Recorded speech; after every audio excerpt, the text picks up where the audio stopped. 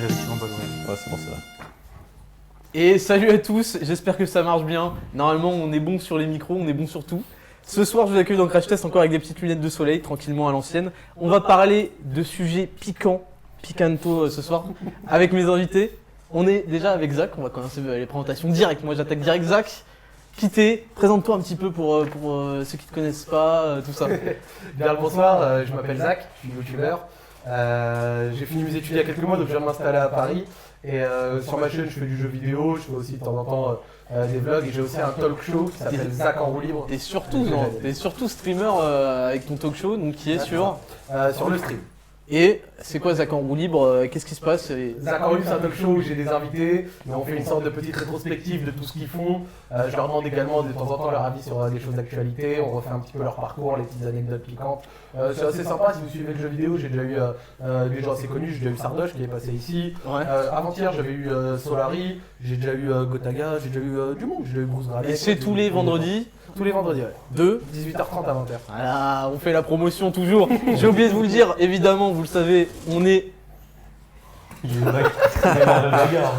En fait, il y a des bastons de chien à côté de moi, donc ce soir, je vous le dis, c'est Zach en roue libre, vraiment là, on est en roue libre. Là, c'est totalement On est sur Crash Test, numéro 7 déjà, donc ça fait quasiment 2 mois. Je vais vous présenter un petit peu notre invité. On est avec le fameux, votre préféré, votre préférence, le mec du milieu, Exactement. Shipper, qui a décidé d'être énergique ce soir. Ce soir, je suis le plus énergique possible. J'ai tout donné. Et je tiens à dire que j'ai été victime des gilets jaunes cette semaine, du coup, et je suis un peu déçu. T'as une anecdote à nous raconter à propos de ça avant qu'on commence? Comme la plupart des Français, j'ai dû me retrouver coincé dans un péage parce que des gens ont décidé de s'arrêter et se mettre sur la route pendant quelques minutes. Très bien. Et voilà, de faire la chenille, etc. Anecdote passionnante. Voilà.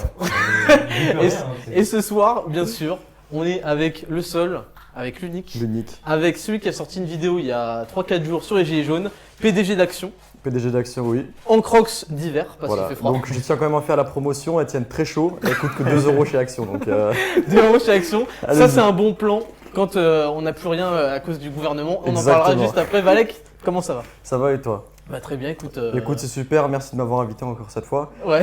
Et bon, tu m'as dit que t'as rien préparé? Quoi? Non, j'avoue que j'ai fait le bâtard. Écoutez pas Valek, j'ai une fiche qui est recto. C'est vrai qu'au début j'ai eu une dizaine de fiches, après j'ai eu une recto verso. Maintenant il y a la recto avec la moitié. Ah, mais vraiment, dans 3 mois, les études sont dans un ramas. Écoutez pas Valek, j'ai bien préparé cette émission. Il y aura une phrase la prochaine fois. Et qu'est-ce que tu voulais nous dire Valek? Non, mais c'est tout, je te taquinais, voilà. Ah parfait, bah nickel. Écoutez, le programme, vous le connaissez tous. On va commencer. Donc, on va d'abord. T'as peut-être une petite anecdote à nous raconter ou pas du tout sur ta semaine? Ah non, franchement, j'ai une semaine à chier. J'ai pas le permis, j'ai même pas été impacté par les gilets jaunes. Parce que, ouais, moi je sors pas de chez moi, donc j'ai pas été impacté non plus. Ah, j'avais une petite question à poser. Ouais. Toi, alors, du coup, ta semaine, parce que tu fais du stream et tout maintenant, comment ça se passe? C'est vrai, Raconte-nous. c'est vrai pour ceux qui aiment les jeux vidéo, qui aiment le streaming. J'ai lancé ma chaîne Twitch très récemment, là ça fait une semaine et demie. Alors c'est vrai que mon plan en fait c'est d'être un peu régulier pour avoir le partenariat, tu vois. Et après, ben, on verra si je peux sortir peut-être une émission, j'essaie d'innover, faire un peu du stream game. Donc suivez-moi sur Twitch, Raptor vs Wild. Donc ça c'est mon réseau principal. Et tu voulais savoir quoi, peut-être une... Non, c'est tout. C'est tout, tu voulais faire ma promotion? J'avais Tu une... sais qui t'a vraiment tendu une perche Ouais, absolument. c'est- On dirait que c'était préparé. C'est le mec du milieu, Vraiment pas prêt. il est excellent et ce soir il est plein d'énergie. Voilà. Je raconterai mon anecdote à la fin, restez jusqu'à la fin pour une anecdote pimentée avec du YouTube, de la youtubeuse bien connue. Alors, vous connaissez le programme habituel, on va parler d'abord de l'actu de la semaine. Donc, cette semaine, un seul sujet, je pense qu'il va nous faire quand même assez longtemps, c'est les gilets jaunes. Vous connaissez le thème cette semaine, le nom de la vidéo, du live. Faut-il soutenir les gilets jaunes? N'oubliez pas que sur Twitter, vous pouvez participer, vous devez participer au hashtag CrashTest. On mettra des sondages toute la soirée. Et le premier sondage qu'on va mettre tout de suite, c'est, le mec qui écoute les sondages, écoute-moi, soutenez-vous les gilets jaunes? Oui, non, s'abstient, je suppose. Donc, on prendra votre avis pendant toute la soirée au hashtag CrashTest. De toute façon, on est avec Z. Z, comment ça va? Bah ça va nickel. Ouais, Z. on a beaucoup de gens qui nous demandent, qui veulent que tu invites la salle. Jean Donc Lassalle, voilà, on en parlera après. J'aimerais beaucoup avoir Jean Lassalle, c'est évident. S'il peut parler un petit peu plus qu'à l'Assemblée nationale. Mais donc vous devez vous participer sur Twitter ou hashtag CrashTest, répondez dans les sondages, donnez-nous votre avis. Ce soir, pour la première fois de l'émission, j'ai décidé d'appeler des citoyens, parce qu'on parle quand même d'un mouvement, d'une action citoyenne. Donc vous m'avez envoyé des mails tout à l'heure, j'appellerai votre numéro. Donc Z sera chargé de lire les petits SMS. Alors j'improvise parce que normalement j'ai écrit les rappels sur la feuille, mais on est de moins en moins préparé parce qu'on s'en bat de plus en plus les couilles. Quoi d'autre? Vous trouverez dans la description le programme de l'émission complet et les liens vers les réseaux sociaux de nos invités. Le mec du milieu n'a pas encore de Twitter, mais ça ne saurait tarder. On vous plébiscitera bien évidemment à la fin pour savoir si oui ou non on fait un Twitter au mec du milieu. Avant de redonner la parole, parce que là je parle beaucoup, vous trouverez aussi les liens pour les donations si vous voulez soutenir l'équipe. Donc le mec du milieu, Z, la régie et moi-même. Donc voilà, je pense que je vous ai tout dit. Il y a les chiens qui se sont endormis par terre, on sait pas trop quoi. Tu sais que j'ai fait un live hier. Ouais, oui je sais, t'as Radio Valek. Oui, j'ai Radio Valek, donc si vous voulez rejoindre ma chaîne, c'est des lives un peu, voilà, on parle tous entre nous. Donc la petite anecdote, c'est qu'en fait, c'était bizarre, je recevais pas de dons. C'est vrai que c'est somme toute assez étrange. Non, mais en fait, j'arrêtais pas d'insulter ma communauté en mode bande de radins, bande de radins. Et en fait, à la fin, je me suis rendu compte que j'avais pas activé le super chat. Fils de pute. De toute façon, le super chat, méfiez-vous, Google prend 30%. Ouais. Donc utilisez plutôt les deux autres liens si vous voulez soutenir l'émission. Évidemment, on lira. Je lirai moi-même vos commentaires.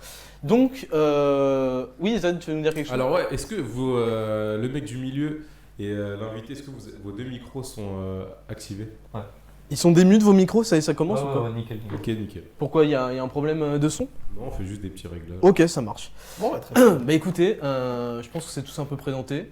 Zach, ça va, t'es chaud pour ce soir? Yes. Yes, t'as l'habitude des lives de toute façon. Ouais, Est-ce que t'as l'habitude de parler de sujets un petit peu plus de société, etc. Non, j'avoue que tu vois, genre moi d'habitude, vu que sur ma chaîne je fais un petit peu du jeu vidéo, et Ouais. même si je fais du talk show, j'ai rarement l'occasion de m'exprimer sur des sujets un peu plus société, Ok. politique. T'as un avis sur tout ce Ah, mais bordel? pour autant, franchement, je lis pas mal, tu vois. Donc, Ok. ce qui fait que même là, par rapport au fait que tu m'as dit qu'on avait parlé des gilets jaunes, Ouais. j'avais pas envie de venir et d'être un peu milliard de service, du coup j'ai un peu. Écoute, t'allais dire, j'avais pas envie de venir. tu voulais Tu dire m'as dit gilets jaunes, j'ai voulu esquiver. Ouais, Non, plus ouais. sérieusement, j'ai lu un petit peu sur Ok. la question, donc je me suis forgé un avis. Bah écoute, sans plus tarder, je vous propose de commencer avec l'actu de la semaine. C'est parti, générique. La webcam? Ah, j'ai oublié de la mettre. Alors, la webcam, j'ai oublié de la brancher. Je vais juste commencer par lire parce qu'il y a eu un don, il me semble, j'ai entendu la petite alerte. Vous aurez des petites alertes pendant tout le live et je serai là pour vous écouter. C'est bien ça ou pas, non? Ah, il y a eu un truc du super chat. Parce que là, je suis un peu dans ma paranoïa, comme dirait Jules. Merci à Armano. Il dit pour l'article 13, courage MDR. Bon, rien à voir avec le live, mais nickel. On prend. Écoutez, je vous propose, déjà, je vais vous parler un petit peu du sujet. Ensuite, on va regarder une petite vidéo pour cerner le truc. On suivra les résultats du sondage en direct. Et d'abord, bon, je vais résumer un petit peu c'est quoi les gilets jaunes. Très récemment, il y a eu une augmentation, une augmentation perpétuelle du coût de l'essence, et notamment du diesel. Et c'est ça qui a été un petit peu une goutte d'eau par rapport à un vase rempli de taxes et d'impôts. Et les gens, puisque tout le monde est plus ou moins impacté, sauf les mecs qui n'ont pas de voiture comme nous, est impacté par la hausse du carburant. Et c'est évidemment, ça touche encore plus ceux dont c'est le métier. Par exemple, les conducteurs VTC, les taxis, les poids lourds, etc. Donc il y a eu un soulèvement, donc ça a commencé le 17, il y a eu un rendez-vous samedi dernier. C'était le premier soulèvement. Il y a eu des centaines de milliers de personnes selon les médias, selon le gouvernement. Bien sûr, les manifestants disent qu'ils étaient plusieurs millions, 2 à 4 millions selon les manifestants. Et 6 milliards. 6 milliards selon les manifestants. Et ça s'est poursuivi toute la semaine. Donc évidemment, c'est un petit peu tombé parce que les gens travaillent quand même. C'est quand même une manifestation populaire, donc de gens qui bossent le reste de la semaine, qui ont du mal en fait avec la hausse des taxes tout simplement à vivre, voire à survivre, ou à offrir des cadeaux à leurs proches pour Noël, etc. Et donc, ils sont venus pour gueuler et il y a eu une deuxième avalanche ce samedi. Donc, je vous propose tout de suite de regarder une petite vidéo, si la régie est cool. Et on se retrouve juste après. C'est parti. Pour le moment, le premier sujet, les gilets jaunes et manifestations des gilets jaunes. On sait que demain, il y a un très gros mouvement qui s'annonce. Stop ou encore la manifestation des gilets jaunes. Récap tout de suite. Depuis une semaine, la France est dans le rouge suite à la mobilisation des Gilets jaunes. Gilets jaunes. Gilets jaunes. Gilets jaunes. Gilets jaunes. L'origine de cette colère, la hausse excessive du prix du carburant, une goutte d'eau, symbole de l'injustice sociale de plus en plus insupportable pour de nombreux Français. On nous fait avaler des couleuvres. C'est la raquette de l'État, tout simplement. On peut plus vivre, on peut plus. Si le point de départ du mouvement est la hausse du carburant, depuis différentes revendications ont fait leur apparition. Réduction de la TVA sur les aliments, suppression de la limitation de vitesse à 80 km/h, baisse de la rémunération des élus, plus de pouvoir d'achat ou encore le retour de l'ISF. Samedi 17 novembre dernier, un mouvement de blocage total du pays était lancé en France. Blocage de routes, de centres commerciaux ou de stations essence. Opération escargot sur le périphérique parisien. Ce sont plusieurs dizaines, voire des centaines d'automobilistes qui sont venus bloquer justement cette association. Bilan officiel, 283 000 personnes recensées dans les rues. La mobilisation est un succès et pour beaucoup, elle doit continuer pour être entendue. Ainsi, toute la semaine, les Gilets jaunes ont poursuivi les blocages. 3e jour de mobilisation pour les Gilets jaunes. 4e jour de mobilisation des Gilets jaunes. Ça fait donc 5 jours que les Gilets jaunes sont mobilisés, le 6e jour consécutif. 7e jour de mobilisation, il y a encore des actions ce matin. Des Gilets jaunes mobilisés en masse à Toulouse. On aimerait bien partir en vacances et malheureusement de plus en plus on peut pas partir en vacances. À Caen. À la liberté! Ça existe plus la liberté! À Bordeaux. À Villefranche-sur-Saône. Il y en a marre. Ce matin, j'ai même craqué chez moi.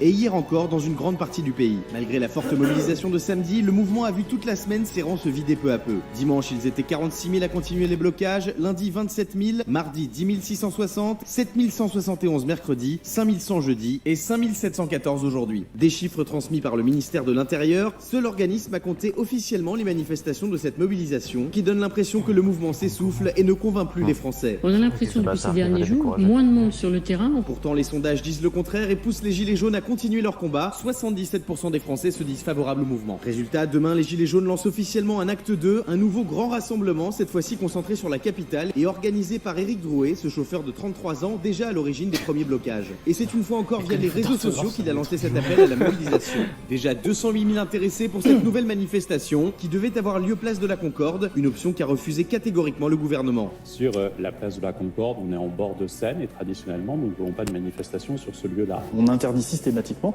les manifestations déclarées sur la Concorde. Le gouvernement proposant à la place que le rassemblement s'effectue sur le Champ de Mars au pied de la Tour Eiffel, une option que les Gilets jaunes n'ont pas validée. Depuis, c'est le silence radio. À l'heure actuelle, difficile de savoir où aura lieu ce rassemblement, ainsi que les différents blocages, le secret étant bien gardé par les Gilets jaunes. Une façon de faire monter la pression sur le gouvernement qui s'inquiète de ce nouvel appel au blocage et qui a d'ores et déjà prévenu qu'il serait intransigeant. L'entrave à la circulation est punie par la loi, bien sûr. C'est la raison pour laquelle je demande expressément à ceux qui organisent des manifestations de les déclarer. De leur côté, le président de la République et le Premier ministre appellent au dialogue sur la forme, mais sur le fond, ne cèdent rien. C'est pas quand ça souffle qu'il faut changer de cap. Moi j'entends toutes les colères, mais je ne veux pas les entendre de manière démagogique. Demain, les Gilets jaunes pourraient reprendre des forces, ce que certains Français excédés ne souhaitent pas. Moi je livre du bois de chauffage, des gens qui n'ont pas de chauffage, etc. Et puis je peux pas passer, je suis bloqué. J'ai l'impression que ça fait plus chier nous qu'autre chose, mais que l'État. Moi j'ai un avion à prendre, je suis un peu en retard par rapport aux bouchons. S'ils veulent passer un message, pas comme ça quoi. Mais pour d'autres, il est essentiel de poursuivre le mouvement et de faire plier le gouvernement. Absolument que les élus se réveillent et qu'ils répondent à notre appel. On est présents, on est toujours là et on est très en colère. Il va falloir nous écouter et nous prendre au sérieux. Ils ne nous laissent pas le choix. Ils ont oublié Nous allons de à côté. Alors selon vous, le mouvement des Gilets jaunes, stop ou encore? Alors, le mouvement des Gilets jaunes, stop ou encore? Alors, désolé d'avoir recyclé la vidéo de Balance ton poste. Il n'y a plus aucun respect dans cette émission. D'habitude, j'essaye de prendre des trucs des journaux. Mais là, j'ai dit, vas-y, nique sa mère. Alors, c'était évidemment, ils l'ont fait vendredi, donc ils parlent de demain. Nous, on sait ce qui s'est passé depuis. Ils ont été sur les Champs-Élysées. Vous, déjà, je vais vous demander, qu'est-ce que vous en pensez? Est-ce que vous soutenez le mouvement des Gilets jaunes? Zach? Bah, personnellement, j'ai lu, parce qu'ils avaient dit une stat là, dans la vidéo, ils avaient dit qu'il y avait 77% des Français qui étaient favorables au mouvement. Ouais. Mais par contre, ça c'est une étude que j'avais lue, il n'y en avait que 48, je crois, qui étaient favorables à comment ils le faisaient. Ok. Donc c'est-à-dire, je suis pour le mouvement, mais je suis pas contre le fait. La façon dont ils le font. Voilà, qui bloque tout le monde et qui fasse. Et toi, t'en penses quoi, plutôt chier tout un chacun. Moi, personnellement, je pense que l'expression de la colère, elle peut se faire de différentes manières. Et que là, c'est la manière la plus rudimentaire qu'ils ont fait. Parce que de toute manière, quand c'est un mouvement qui est à grande échelle avec autant de monde, tu peux difficilement faire un truc coordonné sur l'État national. et qui va être porteur, tu vois. Donc il y en a certains qui parlent de raffinerie, il y en a certains qui parlent d'aller directement bloquer des stations-service, etc. Effectivement, ça pourrait mieux marcher, mais le truc le plus basique à faire, tout le monde peut faire près de chez soi sans trop se casser la tête, effectivement, c'est plutôt de bloquer la route. Sauf qu'en bloquant la route, je peux comprendre que, on l'a vu dans le reportage, il y a des gens qui n'ont rien à voir, qui sont même plutôt peut-être favorables au mouvement, qui vont être emmerdés, et c'est ce qui a causé d'ailleurs le fait qu'il y ait beaucoup de heurts, des blessés et même de morts. Toi, le mec du milieu, t'es plutôt favorable à... Moi, je suis assez d'accord avec Zach. Dans le fond, pourquoi pas, parce que c'est vrai que dernièrement, il y a eu des augmentations de toutes sortes au-delà de l'essence. Mais dans la forme, non, pas vraiment. Parce qu'au final, pourquoi ? C'est quoi qui te pose problème dans la forme ? En fait, dans la forme, ils bloquent des gens qui sont dans le même bateau précaire ou dans la même situation qu'eux financièrement. Et ils bloquent ces gens-là, ils les empêchent d'aller au travail, ils les empêchent de faire tout simplement leur boulot pour livrer, etc. Et du coup, dans la forme, ça va pas du tout. D'accord. Pourquoi bloquer des gens qui sont comme vous ? Juste après, je vais vous demander ce que vous aurez fait. Valek, toi, t'es pour ou contre ? Moi, je suis clairement pour. Après, voilà, certes, il y a eu des blocages de route, moi aussi, je suis pas d'accord avec ça. Mais après, il faut voir au-delà, et moi, c'est ce que j'avais dit justement dans ma vidéo, c'était à voir quel chemin ils allaient emprunter. Et là, visiblement, ce qu'ils ont fait dernièrement, moi j'ai hier, explique un peu aux viewers, qu'est-ce qu'ils ont fait dernièrement, tu veux dire hier ? En gros, pour moi, là, ils ont montré qu'ils étaient déter, tu vois. Ils sont arrivés, ils ont foutu la merde, ils ont été chauds. Certes, on peut critiquer, on peut dire ce qu'on veut, mais là, ils ont été là. C'est-à-dire qu'ils ont laissé les gens passer, ils ont fait des choses intéressantes comme laisser passer les gens en péage, donc du coup, ça fait chez l'État. Ils ont mis des gilets jaunes sur les radars. Il y en a qui ont bloqué des centres d'impôts, enfin tout ce que je disais, ils ont commencé à le faire. Ils ont laissé les gens tranquilles parce que maintenant, ils laissent passer les gens. Donc je pense que s'ils continuent comme ça peut le faire. Après, moi, le problème, c'est que je pense que j'ai peur que ça s'essouffle. Il y a la période de Noël qui arrive, il y a les médias qui commencent à les décourager. C'est comme la Coupe du Monde, Noël, c'est ça. On s'en bat les couilles en fait. C'est déjà un petit peu découragé, il y a déjà beaucoup moins de monde entre le week-end dernier. Alors oui, mais je suis pas sûr que le mouvement justement s'estompe. Je pense que par rapport à ce qui s'est passé hier, il y a peut-être eu même un regain de motivation et d'énergie. J'espère. Alors, je l'ai juste. Alors, on a Lâche ta balle, merci à toi qui est là toutes les semaines, merci à lui. Il nous dit. Les gilets jaunes au départ, j'étais contre car ils font chier des mecs comme moi, pas Macron. Mais le mépris des médias envers eux est tel qu'ils me paraissent sympathiques. Ils se font insulter de fachos, de beaufs, bref, la bobosphère en action. Alors, moi, ce que je voulais vous demander, je suis d'accord avec ce que dit Lâche ta balle, ce que je voulais vous demander, c'était pourquoi vous n'êtes pas allé manifester ? Puisque vous avez... Alors, on va commencer direct à agresser. Vous avez l'air d'être pour. Pourquoi vous n'avez pas rejoint ce mouvement ? Vas-y, mec du milieu, raconte-moi. C'est quoi ? Je ne pas à ce mouvement parce que déjà, j'ai pas eu spécialement le temps de prendre part à ce mouvement. Les bégaiements sont au programme ce soir. Non, mais dans tous les cas, j'aurais pas pris part à ce mouvement parce que je pense pas que c'est en faisant la grève qu'on gagne plus d'argent au final, parce que ne pas aller travailler, c'est moins d'argent. Alors, l'argument, historiquement, la grève a toujours marché. C'est ça. Alors, il y a eu des avancées sociales, tu vois. Eux, ils comparent ça par exemple à mai 68. Par exemple, hier, on a vu Minecraft en action, c'est-à-dire que les mecs ont arraché des pavés sur les Champs-Élysées. Ils ont loot de la brique. Et c'est vrai qu'historiquement, il y a des manifestations où oui, il y a eu des pavés arrachés qui ont été lancés. En fait, c'est par la colère des grèves, etc., qu'ils ont obtenu gain de cause. Donc, alors on dit souvent que les manifestations, ça mène à rien, etc., parce que mais on ferait peut-être mieux de les aider au lieu d'ouvrir nos gueules, non, tu penses pas, hein, mec du milieu. Non, franchement, je pense pas. Je trouve que c'est trop mal organisé, trop dispersé, etc. Toi, Valek, ton excuse pour ne pas mettre un gilet jaune. Justement, moi je vais te la dire, c'est que la première fois, j'ai vu que c'était de la merde. C'est-à-dire le blocage, j'ai pas voulu participer à ça parce qu'il n'y a aucun intérêt. Pourquoi de la merde ? Pourquoi aucun intérêt ? Bloquer les gens, ça sert à rien, tu vois. Mais ça, tu l'as vu. Non, mais je veux dire, je l'ai vu par après, mais je veux dire, non, mais attends, ça, tu l'as vu après, ça. Non, mais ce que je veux dire, c'est que sur Facebook, ils ont annoncé qu'ils voulaient bloquer les routes, tu vois. Moi, maintenant, c'est un truc comme ça, je me dis non. Je veux dire, j'ai pas envie d'aller faire chier les gens. Par contre, quand j'ai vu ce qui s'est passé là, et je l'ai même dit sur Twitter, j'ai dit que je soutenais entièrement. Et maintenant, moi, je le dis, je suis prêt à aller rejoindre le mouvement. Si... Attends, parce que ils ont peut-être pas bloqué. Non, en fait, ce qui s'est passé hier, c'est que le mouvement s'est concentré à Paris. En fait, ça te dérange pas qu'on emmerde les gens à Paris, quoi. Parce que en fait, c'est pas grave si on bloque les gens à Paris. Après tout, c'est des gros couillons de pas vraiment, c'est que à Paris, il y a tout qui est centré, tu vois ce que je veux dire. Mais après, c'est passé aussi dans toute la France, hein. Oui. Après, c'est clair qu'il y a eu beaucoup plus d'incidents à Paris. Enfin, je voulais juste le rejoindre sur ce qu'il dit. Il a raison sur les dernières actions récentes. Ils sont plus proches du gouvernement. Ils ont plus d'impact et ils mettent plus la trouille au gouvernement en faisant des actions sur Paris, dans le sens où le gouvernement n'est pas loin. C'est-à-dire qu'à tout moment, Macron il peut se retrouver avec un mec dans son jardin. Je suis pas sûr. T'avais une députée à l'REM qui. Justement, il y a des CRS qui bloquent, mais je veux dire, à tout moment, il passe et il y a un mec dans le jardin de Macron avec sa. Justement, comme tu dis, Zach, il y a des députés. Non, il y a une meuf de chez LREM qui s'est retrouvé avec genre, je sais Mais pas, pas qu'un, il y a des gens, il y a des députés, pourquoi ça te fait rire Z? Il y a des députés qui se sont retrouvés avec des types louches dans leur jardin. Alors, c'est un moyen évidemment de se faire entendre, mais est-ce que, c'est mon deuxième sondage, en fait, peut-on enfreindre la loi pour se faire entendre? Est-ce que vous légitimez, alors pas les brûlures peut-être de magasins, mais le fait que ça gueule un peu plus fort et donc forcément qu'on arrive à des heurts avec les CRS, peut-être des lancers de pavés, des faire comme tu as dit, ils se retrouvent dans le jardin de Macron. Si tu veux, ça c'est sondage Twitter ça. Un des soucis, et tu peux le regarder sur les dernières années en France, mais que ce soit sous Macron, sous Hollande, et je me demande même, je pense, sous Sarkozy, je crois que ça fait des années qu'il n'y a pas une grève qui a eu l'effet escompté. Donc c'est-à-dire qu'il y a eu ces revendications qui ont été réalisées. Il y a eu la loi travail. Donc que ce soit la loi du travail, il y a une nuit debout, la réforme du code du travail, une nuit debout, les universités, et avant même sous Sarkozy, tu avais la réforme des retraites, tu vois. Et la réforme des retraites, c'était quand même huge, c'était 2 millions de personnes recensées par la police, c'était pas les manifestants, tu vois.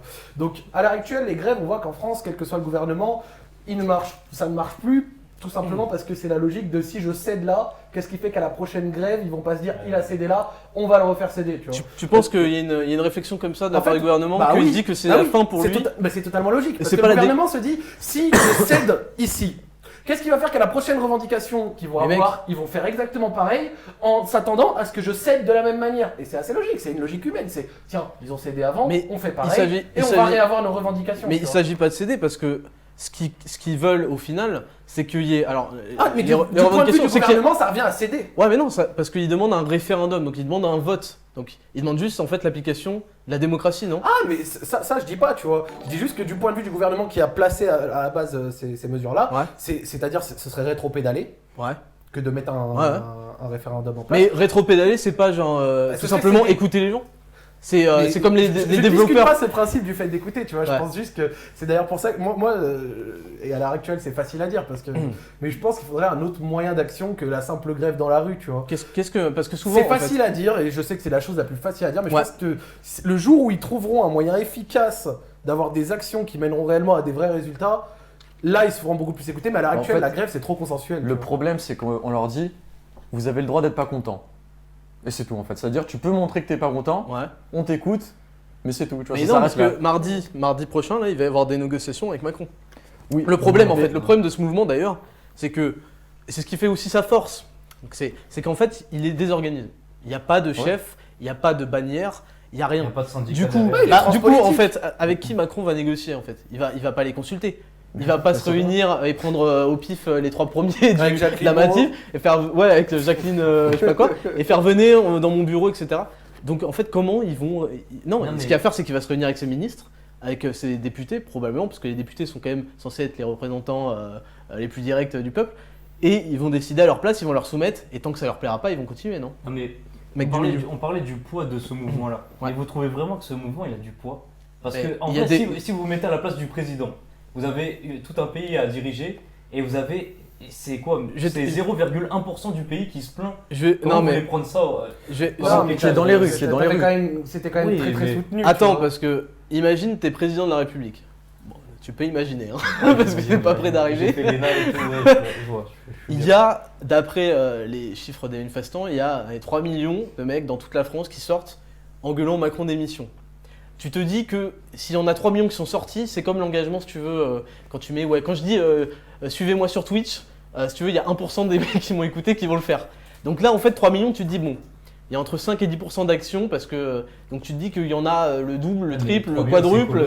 Là, il y a même pas, je sais ça. Ouais, mais sauf que c'est les chiffres qu'ils ont avancés. C'est que Macron, il est à 1 an et demi dans son mandat. Donc c'est que c'est important. D'après les manifestants, ils sont 3 millions. Oui, mais les manifestants, ils ont des problèmes avec les mathématiques. Alors, on a Jean Dubois. Merci à Jean Dubois qui nous dit Shipper, grand penseur du 21e siècle, quelles seraient selon toi les mesures de blocage efficaces? Valérie Raptor, votre avis m'intéresse. Entre parenthèses, moins 30%. Je vais donner mon avis en vrai. Pour dire la vérité, il n'y a pas vraiment d'autres moyens. À chaque fois que, par exemple, la SNCF a dû lutter contre les réformes du gouvernement, ils ont toujours fait comme ça. bloquer toi, les t'as pas. usagers, Non, etc. non, toi, t'as parlé des formes qui étaient mauvaises des actes aussi. T'as dit, faut pas bloquer les usagers, faut Oui, aller. mais au final, Donc, c'est la seule chose qui marche en fait. Donc, C'est ouais, ça mais le problème. Je suis contre ça, mais c'est la seule chose Donc, qui marche. faut bloquer Non, mais quoi? Faut Il y faire a quoi, autre Valek, chose qui vas-y. pourrait marcher, Aïe, mais après en fait aïe. ça se base sur la confiance, c'est-à-dire que si tout le monde arrêtait de payer ses impôts d'un coup, tu vois, ça pourrait Allez, le faire. ça suffit. Non mais attends, non mais Ça imagine, suffit. imagine Est-ce que dans tu l'idée- penses que c'est pour ça qu'ils ont mis les Non impôts mais à la tu sais source? que sans déconner, c'est pas con. Bah oui, Mais ils vont mais te c'est ba- impossible, ils vont te baiser, c'est Valek, pas parce que bientôt il y aura les impôts à la source. C'est-à-dire que quoi qu'il arrive, mec, tes impôts tu vas les Ouais, t'es payer. prélevé directement, Ah ouais. ouais. Alors Z. Alors ouais, on a Sébastien Fontanière là, qui nous fait plusieurs Twitter intéressants. Ouais. C'est exactement parce que ce mouvement est chaotique et populaire qu'il est efficace, car tous on peut se passer et parce que c'est la seule solution pour que le gouvernement, s'il veut l'ordre, c'est de céder. J'ai pas tout compris, mais continue Sébastien. Ne te décourage surtout pas. On a Cochon Halal aussi qui nous dit Ah, nous voulons Cochon Halal. avant tout l'arrêt de l'augmentation du carburant de janvier et ensuite plus de pouvoir d'achat. Ah, mais moins c'est de déjà taxes. C'est pas prévu, hein, parce que tu sais que ça réaugmente au 1er janvier. Ils l'ont déjà, Et c'est déjà cette passé, mesure, hein. elle avait été prise dans la loi de transition énergétique en 2015.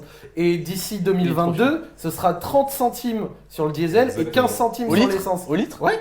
Et L'augmentation des taxes. vous Donc, êtes c'est-à-dire cuits, les que gars. là, vous vous plaignez d'une première salve qui va augmenter encore au 1er janvier et qui, à terme, en 2022, genre, en gros, grosso modo, habituez-vous à 2 € le litre. Hein, et même plus. Alors on a Boom, merci à toi, qui nous dit les gilets jaunes qui montent des murs devant les portails des préfectures. Est-ce que vous pensez que c'est une bonne solution ce qu'il propose Boom? En vrai, oui. Est-ce qu'ils bloquent des administrations? Donc ce qui est pour toi, il regardé. faut bloquer les Non mais c'est institutions. un symbole liées- qui est Ouais. fort, c'est un Oui. symbole qui est fort, comme le fait que là, hier quand ils étaient sur les Champs-Élysées, même si c'était un petit peu chaotique et on l'a vu, ils ont fait du loot de pavés, Ouais. grosso modo, quand C'est tu... vrai. Non mais tu vois par exemple moi j'avais un de mes oncles qui était aux États-Unis et il me dit bordel ce qu'on a vu sur CNN, Ouais. c'est des bonhommes en gilet qui sont sur les champs et qui est l'avenue la plus connue du monde Ouais. quasiment, tu vois, enfin, une des avenues les plus connues du monde et on a vu des bonhommes foutre le bordel et là on s'est dit mais qu'est-ce qui se passe en France? Nous en France on sait que ce week-end là c'était peut-être un petit peu moins gros, on sait que par exemple la manifestation Nous Toutes c'était plus gros, mais malgré ça, qu'est-ce qui est ressorti à l'extérieur? C'était quand même une image assez négative. C'est symbolique, ça reste symbolique quand même. Et symboliquement parlant, ça a eu son effet, tu vois. Vous pensez que symboliquement parlant, d'enfreindre la loi, donc de saccager un peu à droite à gauche, ça a plus d'effet, et même ça aura plus d'effet de conviction sur le gouvernement que de rien faire? Est-ce que les Français sont trop gentils? Ou alors, après on va pas être dans l'encouragement au saccage, mais est-ce que vous pensez que, après Zen nous dira les résultats des sondages pour l'instant, est-ce que vous pensez que casser les trucs, c'est le meilleur moyen de faire bouger les choses? Parce qu'ils vont dire stop, ok, Non, faut pas casser des choses. Déjà, je peux pas encourager les gens à casser des choses. Et je tiens quand même à préciser que c'est un mouvement pacifiste. Oui. C'est quand même, comme d'habitude, et c'est vrai que moi-même, j'ai pas rendu toujours justice aux manifestants, hein, vous le savez bien, il y a manifestation. Et il rigole pas toi. Mais c'est très souvent des mouvements très pacifiques qui sont toujours perturbés de l'intérieur par des mouvements. Alors, Castaner et le gouvernement disent d'extrême droite, mais l'extrême droite ne tague pas le logo anarchiste, etc. Donc souvent plutôt des mouvements d'extrême gauche. Et apparemment, il y a eu des jeunes de banlieue qui sont montés pour faire un peu des dingueries et repartir, quoi. Mais tu voulais nous dire quoi à propos de l'encouragement de la casse, le mec du milieu, pardon? Moi, je n'encourage pas spécialement les gens à casser, mais c'est vrai que tout ce qu'entrave l'État et qui lui coûte de l'argent, en général, ça le gêne. Faut dire la vérité. Si vous arrivez le week-end. Ça coûte de l'argent à qui? Ça coûte de l'argent aux contribuables, mec. Oui, ça coûte de l'argent aux contribuables. L'État n'a d'argent que ce qu'il vous prend, tu vois. Oui, L'État n'a pas d'argent. Ne t'inquiète pas, ça va bien se passer. Ne t'inquiète pas. Tu bloques le bâtiment le week-end et les gens ils peuvent pas aller travailler le lundi. Je peux te dire qu'ils vont commencer à l'avoir mauvaise. Tu fais ça dans tous les départements. Tu vois, il y a un moment où ils vont se dire oula, là. En fait, le truc, si tu veux, moi, à mon avis, c'est que, genre, regarde, quand tu veux manifester à l'heure actuelle en France, tu fais quoi? Tu organises ta manifestation, tu motives des gens, tu la déclares, elle doit être acceptée, tu dois parler du parcours, etc. Puis elle va être encadrée. À l'heure actuelle, si tu as une revendication qui est forte, si tu suis tout dans les règles et qui est ta petite manifestation encadrée, toute propre, etc., qui a son parcours entre 15 et 18 heures, qui ne dépasse pas ça, comment tu veux accéder à ta revendication quand celle-ci est totalement encadrée, tu vois, et que ça ne dépasse rien, ça au final ne gêne personne, parce qu'au final c'est quoi? C'est le groupe de 400 ou même 2000 braillards qui va faire son petit parcours en hurlant, du point de vue du gouvernement, et puis après derrière, mec du milieu, il a tout dit. Je pense que t'es obligé d'aller un peu plus loin que ça. Par exemple, ce week-end, t'es obligé de foutre le chaos. Je dirais pas chaos, mais je dis que en quelque sorte t'es obligé d'un petit peu d'enfreindre les règles. Ok. Ouais, vas-y.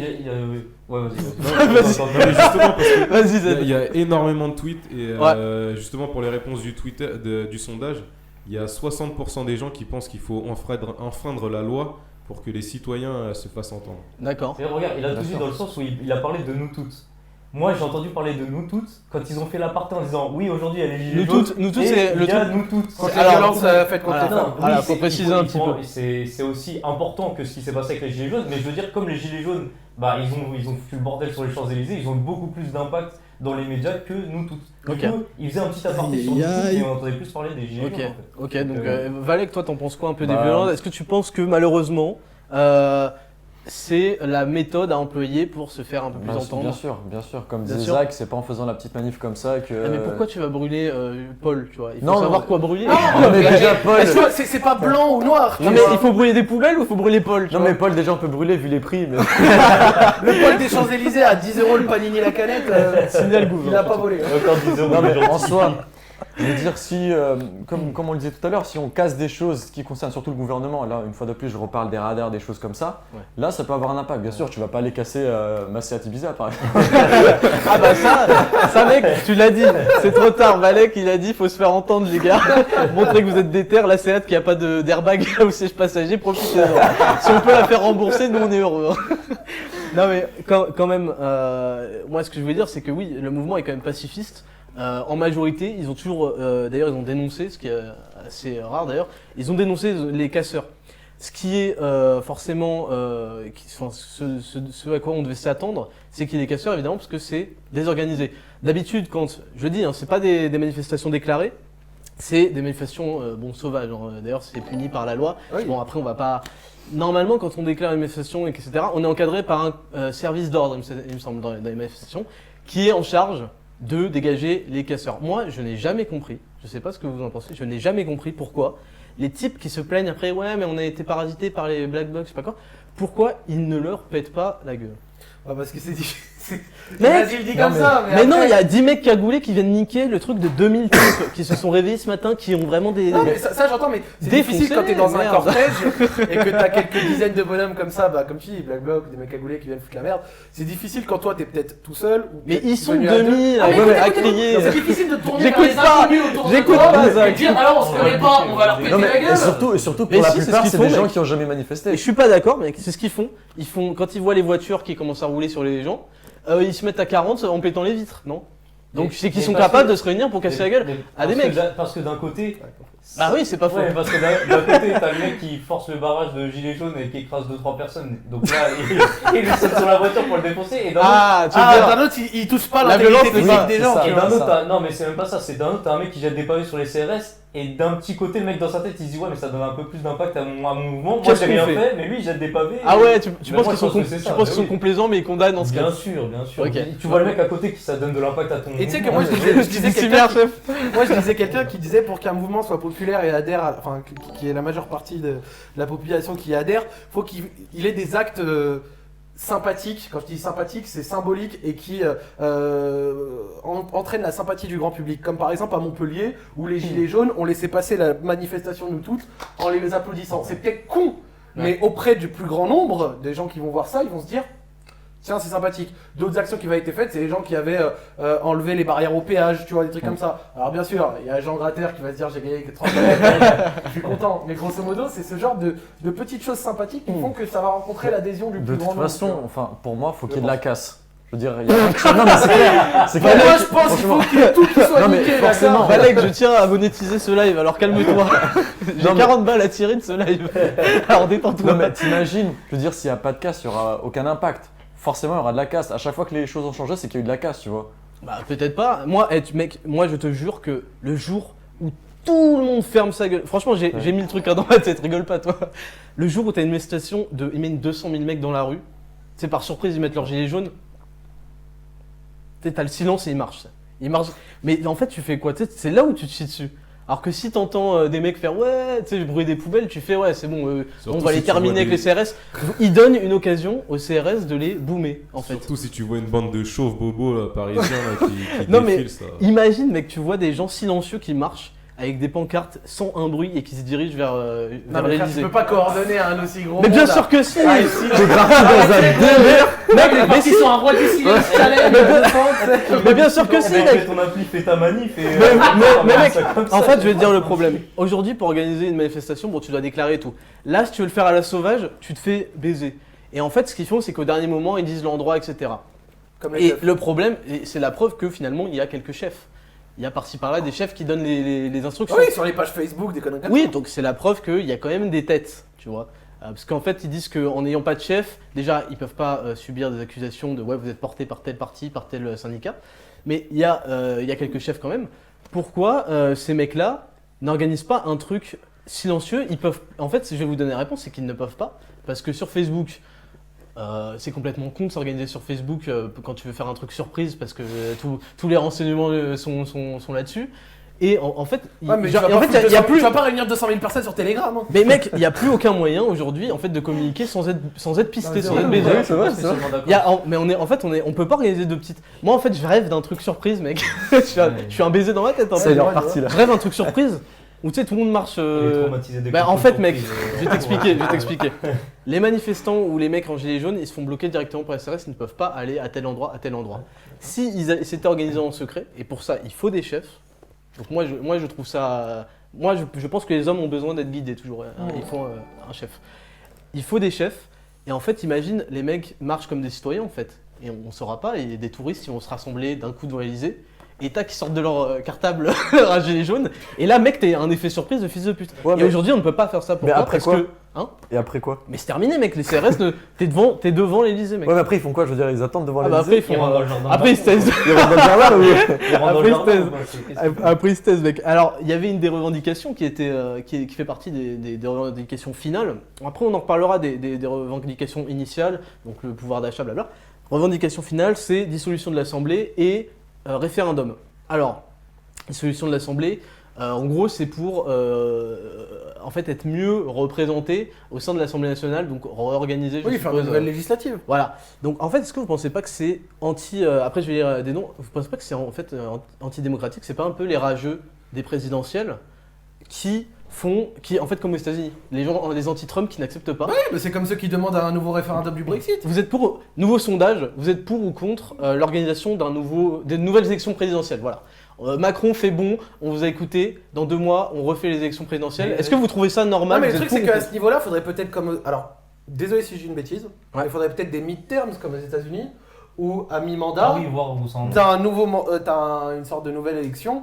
Peut-être législative. Alors nous, on a les européennes. Aux gens, tu vois, de pouvoir réexprimer leur avis et d'avoir peut-être une nouvelle assemblée nationale. Parce que historiquement, en France, après une présidentielle, en tout cas sur la 5ème République, les gens, désolé si j'ai une approximation, ont toujours, juste derrière la législative, élu une assemblée nationale aux couleurs de celui qui a gagné la présidentielle.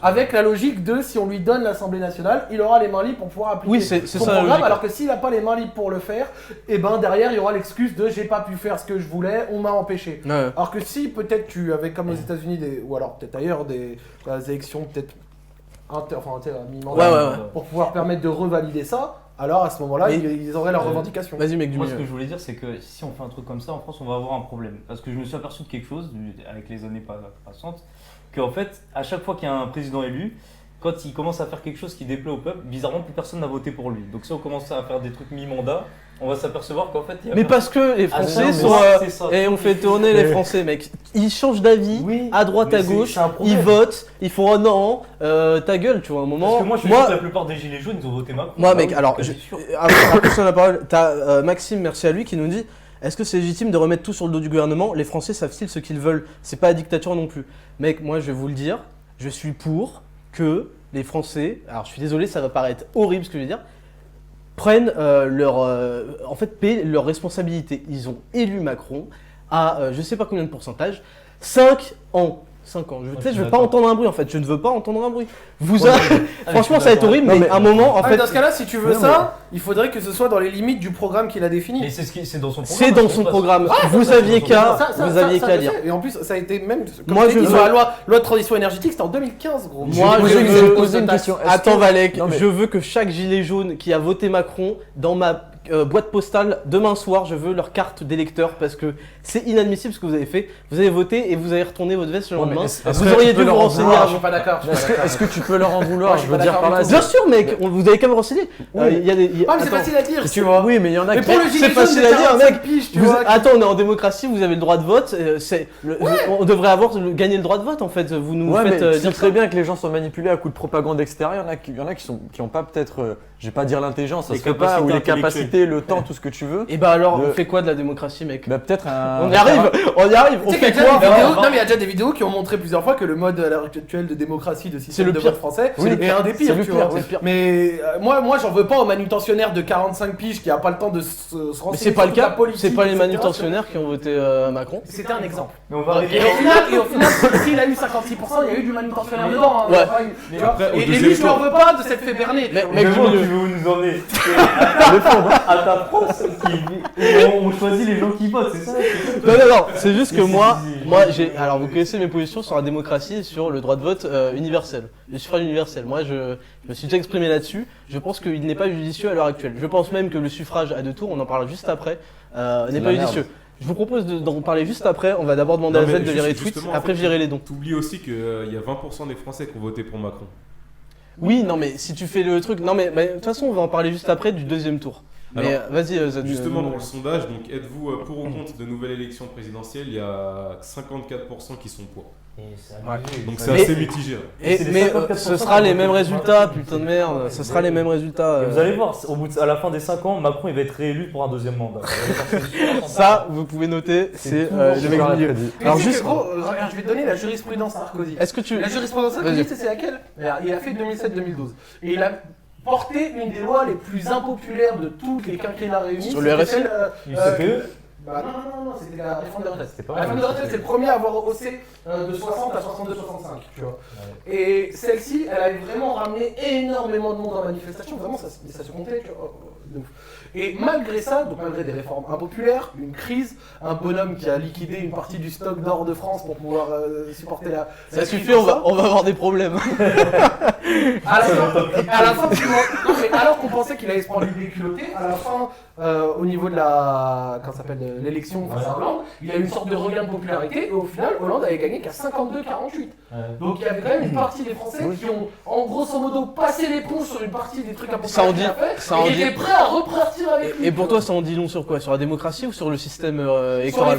Sur le fait que maintenant, il passe toutes ces mesures impopulaires, et c'est ce que je t'avais dit tout à l'heure, il est qu'à 1 an et demi dans son mandat. Ouais. Il n'a aucun impératif tout de suite. Dans 3 ans et demi, quand il y aura à nouveau une élection, là tu verras que même ce qu'on a vu là, à l'heure actuelle, une partie des Français l'aura oublié. Moi je vais te dire de toute façon, après je lis les dons quand même, j'avoue que le moment où Macron a été élu, j'ai dit, mais vous savez quoi? Moi je suis pour que, d'ailleurs je suis contre la deuxième élection législative ensuite, je pense que direct tu lui donnes la majorité, c'est bon, c'est fini tu vois. Moi au début je me suis dit, bah tu sais quoi, il va faire tout son truc et bah moi je soutiendrai le délire. Je me suis dit ça alors que je suis pas du tout, les gens connaissent mes positions. J'ai dit bah go parce que c'est comme ça, les Français ont décidé. Et ben même si moi je vais me faire baiser et eux aussi sur certains trucs etc. Et ben c'est ma manière pour moi d'être solidaire, c'est pas de gueuler et de participer aux gueulantes contre lui, c'est de dire bah ouais, on le savait mais on prend sur nous, on serre la ceinture et la prochaine fois vous nous écouterez. Mais on va en discuter plus en détail. C'est un point de vue revanchard. Mais parce que moi j'ai le seum, mec. C'est un point de vue trop revanchard. Mais parce que mec, l'éducation des gens. Je comprends pas. Je dis que c'est un point de vue trop revanchard. C'est un point de vue revanchard, mais c'est comme ça. C'est comme ça que tu donnes des leçons aux gens. Tu dois pas. Je vais vous détailler après. Tu ne dois pas. Ils apprennent pas la leçon. Si ils apprendront. Mais ils apprennent pas. Taisez-vous. Tes parents ils ont pas appris la leçon. Tes grands-parents. Ça suffit. Je vais lire les dons après. On en reparle. On a Alors il y a Tempo qui est en train de cauchemarder à côté de moi. C'est savoureux. Alors on a Thomas Petit, merci à lui, qui nous dit: la réforme est-elle antidémocratique? Mais on tâche d'y répondre là. Armand Dresser qui nous dit: en fait le mec du milieu c'est un punching ball. On a Henrich92 qui nous dit: on a bien vu la manif pour tous, 1 million de gens et 0 impact. On en reparlera juste après mon pote parce que je vais détailler pourquoi j'ai le seum contre... En fait, j'ai toujours eu un mauvais feeling et maintenant je suis capable de l'expliquer par rapport à cette manifestation. Et c'est pas que je soutiens pas les causes et que je plains pas et que j'ai pas de sympathie pour les Français. Bien au contraire, et vous le savez. Rinda Larmand qui nous dit: n'oubliez pas qu'aucun changement majeur ne s'est fait sans casse, ni dégâts, ni morts, et que ce soit n'importe où dans le monde. Voilà. Z, peut-être des tweets? Alors, il y a énormément de tweets, les gens ils sont super réactifs. Donc, ouais, bah super. N'hésite pas justement à faire rebondir sur. Bah vas-y. Mais t'es là Z, on t'aime tous ici. Non, mais tout le monde en fait a envie de prendre part. Mais ouais, on adore. Après, j'irai les dons de Adolphe et Max. Et tu me dis quand t'es prêt là, t'es pas encore prêt? Non, bah je te fais un récapitulatif. Je peux lire le don là? Vas-y. Je vais lire le don d'Adolphe. Merci à toi qui nous dit: je tiens à dire que les antifas sont aussi populaires et chaotiques. Je tiens aussi à dire qu'enculer un abribus, ça coûte de l'argent au gouvernement, donc des taxes, de l'essence et du contribuable. Casser des trucs, c'est se tirer une balle dans le pied. Oui, plus ou moins. De toute façon, en fait, la réflexion qu'ont les manifestants ou quoi, c'est qu'ils disent ouais, mais ce sera quoi un abribus si on a gain de cause? Ce qui est pas faux. Max qui nous dit: merci à toi, je tiens à dire qu'il y a aussi les antifas. Alors on a Max et Adolphe qui ont laissé le même nom, je sais pas s'il y a un bug. Mais tu voulais quelqu'un voulait répondre sur la démocratie, sur tout ça, le suffrage? Sinon moi je m'explique sur le suffrage à 2 tours. Ouais, explique-toi sur des collèges, je suis pas assez. Alors moi je vais expliquer mon point de vue déjà sur le suffrage, même si on sort un peu du sujet. Vous savez qu'ici on aime bien. Alors moi j'ai un problème avec le suffrage à 2 tours. Déjà j'ai un problème avec le suffrage universel, mais c'est pas le sujet, je sais que je vais pas me faire des amis, et voilà, mais malgré tout je pense que je pourrais quand même vous atteindre avec mes arguments, mais on va pas parler de ce sujet aujourd'hui. Pour moi déjà le suffrage universel à 2 tours en France est complètement con. Putain, mais Tempo elle pousse sa caméra là. Merde. Est complètement con, je sais pas si on peut avoir un recadrage de caméra, désolé, mais le chien nous sabote. Pourquoi? Ouais, on fera une petite pause juste après. Pourquoi? Parce que en fait, au premier tour, on a l'expression réelle des gens. Alors il y a déjà des premiers calculs, parce qu'en fait, tout système a ses failles, ses stratégies. Bien sûr. Donc il y a déjà des premiers calculs au premier tour des élections. On se dit, et il y a beaucoup de ça c'est un vote poubelle. Ce mec-là n'arrivera pas à tel pourcentage. Donc, je vais économiser mon vote. On parle évidemment de Hamon pour Mélenchon, de report de voix, par exemple de Marine Le Pen à Fillon, je sais pas dans quel NDA, Fillon, des voilà, trucs comme ça. exactement. C'est pour ça que les tout petits partis parfois sont écrasés, non pas parce qu'ils sont pas si impopulaires, mais parce qu'il y a eu un report de voix. Oui, bon, mettons, ça laisse quand même l'espace aux sérieux concurrents. C'est pas forcément un mauvais truc, je veux dire. S'il n'y avait pas le truc de remboursement de l'État à 5%, bon. Mais ça, on va même pas en parler, tu sais quoi, parce que déjà, ça, le fait que tu sois remboursé à 5%, le fait qu'on soit inégaux dans la communication, bon, c'est 0, mais après, on va s'étaler. C'est vrai que quand il pense, c'est quand même. Mais c'est de la merde, mec, c'est de la merde. C'est de la merde. Alors, on a le premier tour où on peut dire c'est le vote le plus de cœur, malgré quelques calculs. Et pourquoi, en fait, on s'arrête pas au premier tour? Point, Macron a gagné, Marine est deuxième, Fillon et Mélenchon troisième ex aequo quasiment. Pourquoi on fait un deuxième tour? Le deuxième tour implique quoi? Implique un duel, donc implique des reports de voix, des calculs, directement des blocages, des trucs. Et en fait, on entre dans un truc où on ne vote plus, et c'est ce qui s'est passé encore plus cette année. Bon, c'est passé déjà avec Chirac-Le Pen en 2002, mais l'année dernière, c'était les castors, les barrages. Et alors, on arrive au même résultat de toute façon. D'accord, mais question, dans ce cas-là, si les gens, parce qu'à l'heure actuelle, tu dis que malgré quelques calculs, ça reste quand même la façon de penser des gens au premier tour. C'est celle qui est le mieux représentée. C'est le vote le plus sincère, on va dire. Mais le jour où ils savent que s'il n'y a qu'un tour, mais tu penses pas que ça va accentuer ce côté calcul? J'y ai pensé, après je me suis dit, il faudrait leur mentir, ça c'était une mauvaise idée, tu vois. Mais si tu leur dis pas au dernier moment, tu vas y avec un tour. Mais ça c'est une mauvaise idée. Moi je lisais quelqu'un qui disait un truc intéressant, et franchement, moi c'est quoi, tu vas parler du proportionnel? Non, pas du tout. Ok. Quelqu'un qui disait qu'il faudrait interdire les sondages. Et ben c'est ce que j'allais dire. Et sans déconner, moi je trouve ça pas naze. Parce que sérieusement, ces sondages, ça fait que des gens vont dire lui à 4%, et c'est ce qui entraîne le report dont tu parles de Hamon pour Mélenchon. C'est ce que j'allais dire. Alors que s'il n'y a aucun sondage et que personne n'a aucune idée de qui va faire quoi. Alors certes au début, tu vois, ça risque de pas marcher, mais au bout de 3-4 élections, tu pourras difficilement dégager déjà les sondages sont pilotés par des instituts de sondage. Exactement. Bon, je vais pas reparler de ma vidéo sur le CNC, ça c'était la microscopique. Vous imaginez bien qu'il peut y avoir du copinage. Je dis pas qu'il y en a, je dis qu'il peut y en avoir. Institut de sondage, ensuite c'est relayé par les médias, qui appartiennent toujours, le directeur d'un grand média, Le Monde, blabla, appartient à un grand groupe financier, à un grand nom, et à des subventions publiques. Bon, bref. Donc à partir de là, déjà on peut se dire, le sondage lui fait confiance ou pas. D'ailleurs, ça pue le conflit d'intérêt. Nouveau sondage Twitter, faites-vous confiance aux médias. Voilà, ce soir, on se grille totalement avec C'est la Zach, totale, avec hein. Zach Nani, on est heureux. Non, dis pas mon nom. Moi, Donc- je suis encore un peu Il a disparu dans le canapé.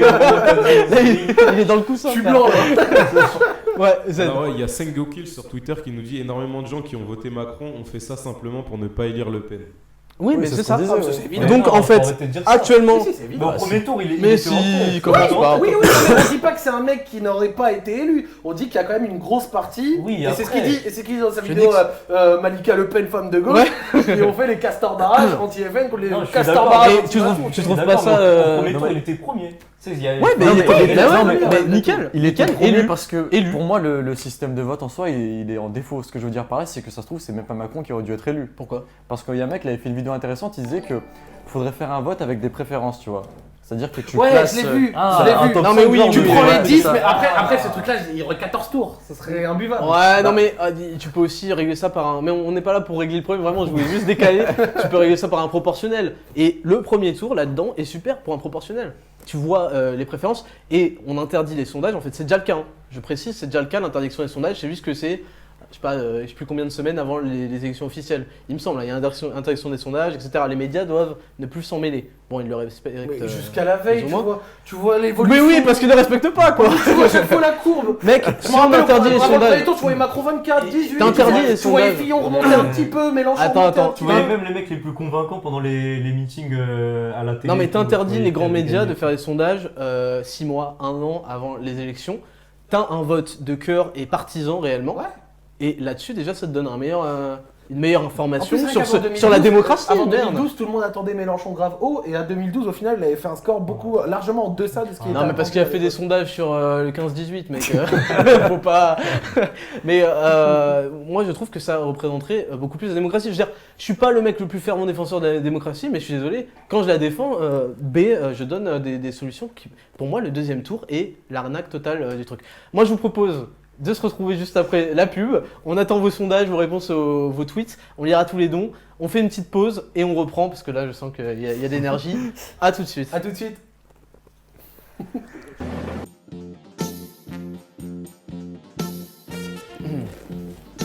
On va faire plusieurs pubs. De retour en direct sur Crash Test, c'est chaud, j'avais prévu que ce serait chaud. Là, on va s'engueuler vraiment parce que si tu trouvais que j'étais un rageux avant, sache mon pote que t'as rien vu encore. Je vais juste lire un peu les dons. Il me semblait qu'il y avait un type qui m'avait dit que j'avais un bon flow. Merci à toi qui m'a dit que j'avais un bon flow. Franchement, ta petite barbe au point, petit Je suis bon, dégradé. petit undercut et Des dégradés mi-hauteur. petit gilet fluo, t'inquiète pas, ne t'inquiète pas, ça va bien se passer. Alors, on a Arcaille 958 qui nous dit ça changera quoi une nouvelle élection? Votez pour le prochain enculé qui va nous la mettre encore plus que les précédents, ils sont tous pareils. Ça, alors c'est un sujet, encore un autre débat. Eh, calme-toi, toi. Après, Attends. ça c'est trop loin. Attends, petit ours, ne fais pas ça. C'était un grand moment de télé. Il a fait niquer la caméra. Ça, c'est un débat qui... Les mecs, si on commence à parler... Pour ça que je voulais pas trop lancer sur le suffrage et tout. Mais vous inquiétez pas, si ça vous intéresse, on en refera. Robin Dardelin qui nous dit « Pétons la gueule au Sénat, ça ira mieux, la bise ». On ne peut évidemment pas cautionner ce discours, ce discours de haine.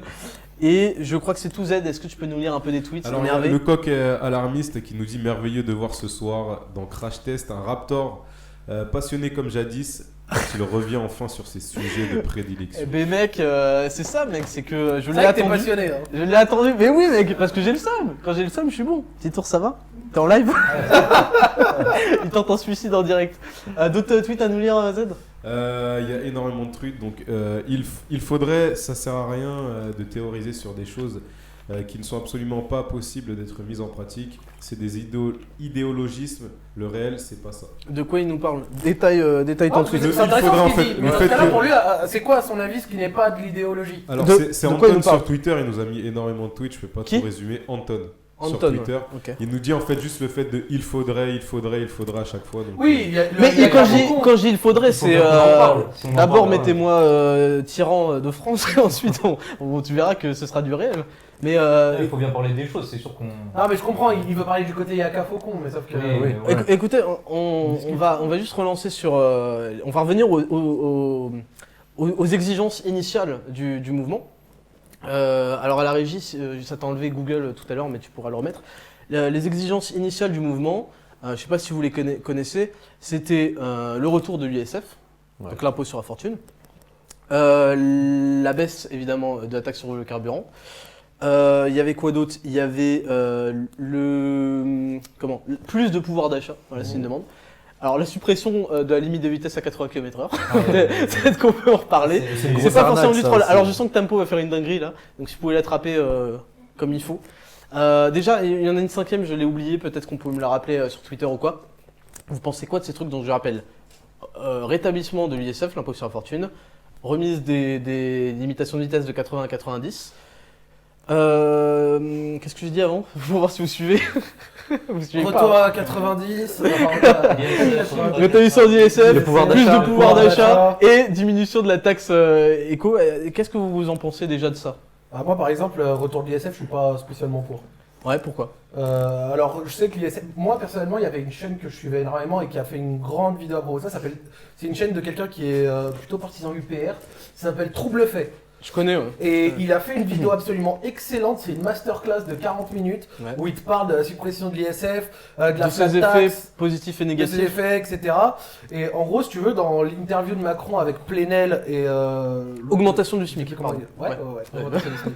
Avec Plenel et Bourdin, il disait, voilà, nous on a supprimé l'ISF pour encourager les gens à investir en France. Moi personnellement, il y a quelque chose qui me dérange dans ça, c'est que la suppression de l'ISF, ça a supprimé l'ISF PME. Tu sais ce que c'était l'ISF PME?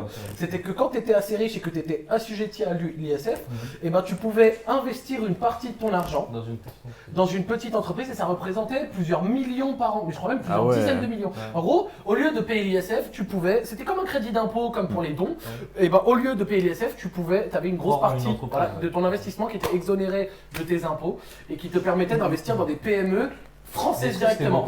Et oui, ça représentait vraiment, je crois, alors j'ai plus envie de dire de bêtises, je crois que le chiffre c'était 40 millions d'euros, un truc comme ça, qui était investi par an dans des PME françaises, justement pour ne pas avoir à payer l'ISF, c'était plutôt intéressant.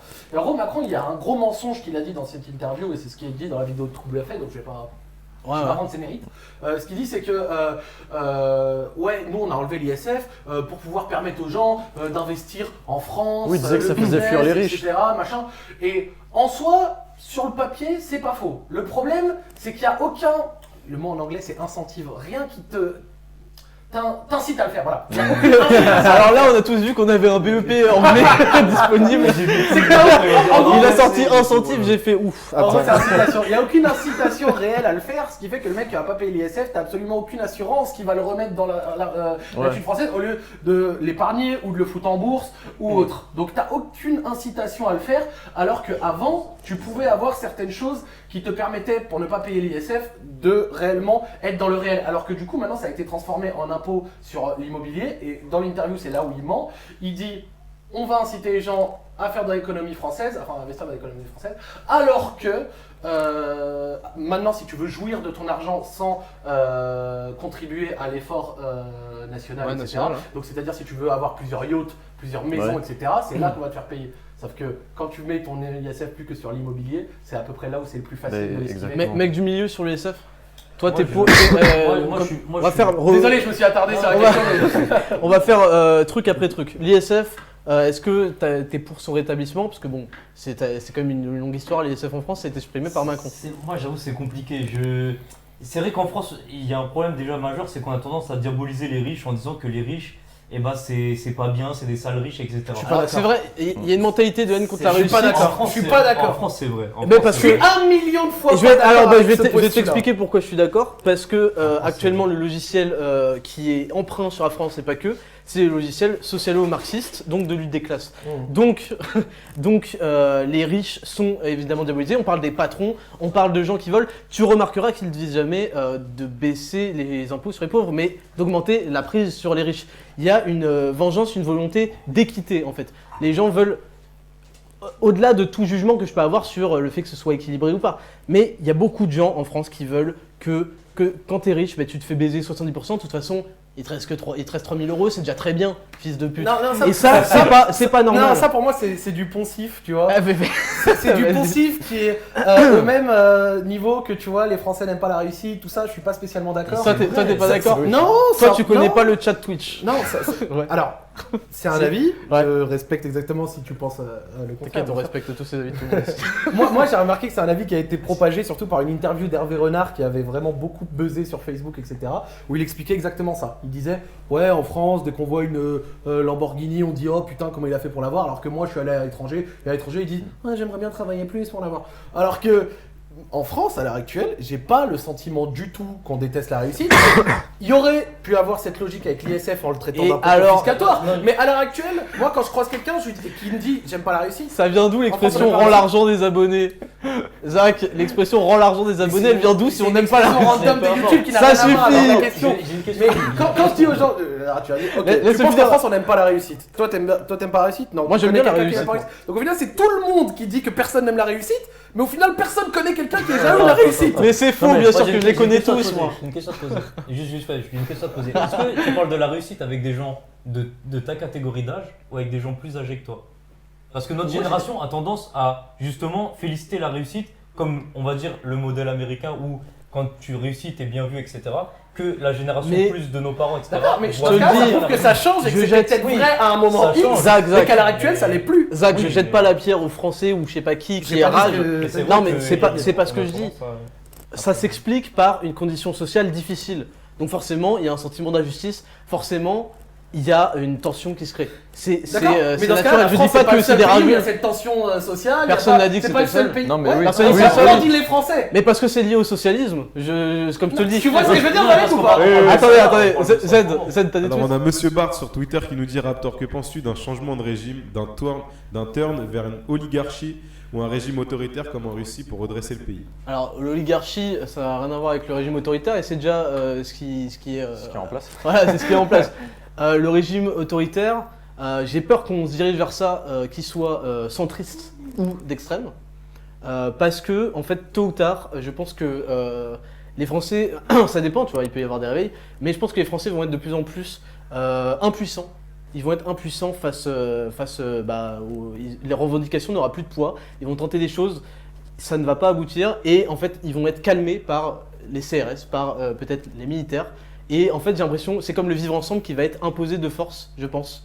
Donc, après, je délire peut-être, mais je pense qu'on se dirige lentement vers un truc assez verrouillé, que ce soit dans un sens ou dans l'autre. C'est-à-dire dans le nationalisme pur et dur, s'il y a un sursaut fou, ou dans En Marche, voilà. En Marche, et ce sera verrouillé. Et attention, et aujourd'hui, on l'a accepté, puisque aujourd'hui, combien de gens, et c'est pour ça que après je vous expliquer pourquoi je ne soutiens pas forcément les Gilets jaunes, combien de gens aujourd'hui nous font du chantage à la haine et continuent, oui mais toi t'es un haineux, oui mais toi ceci.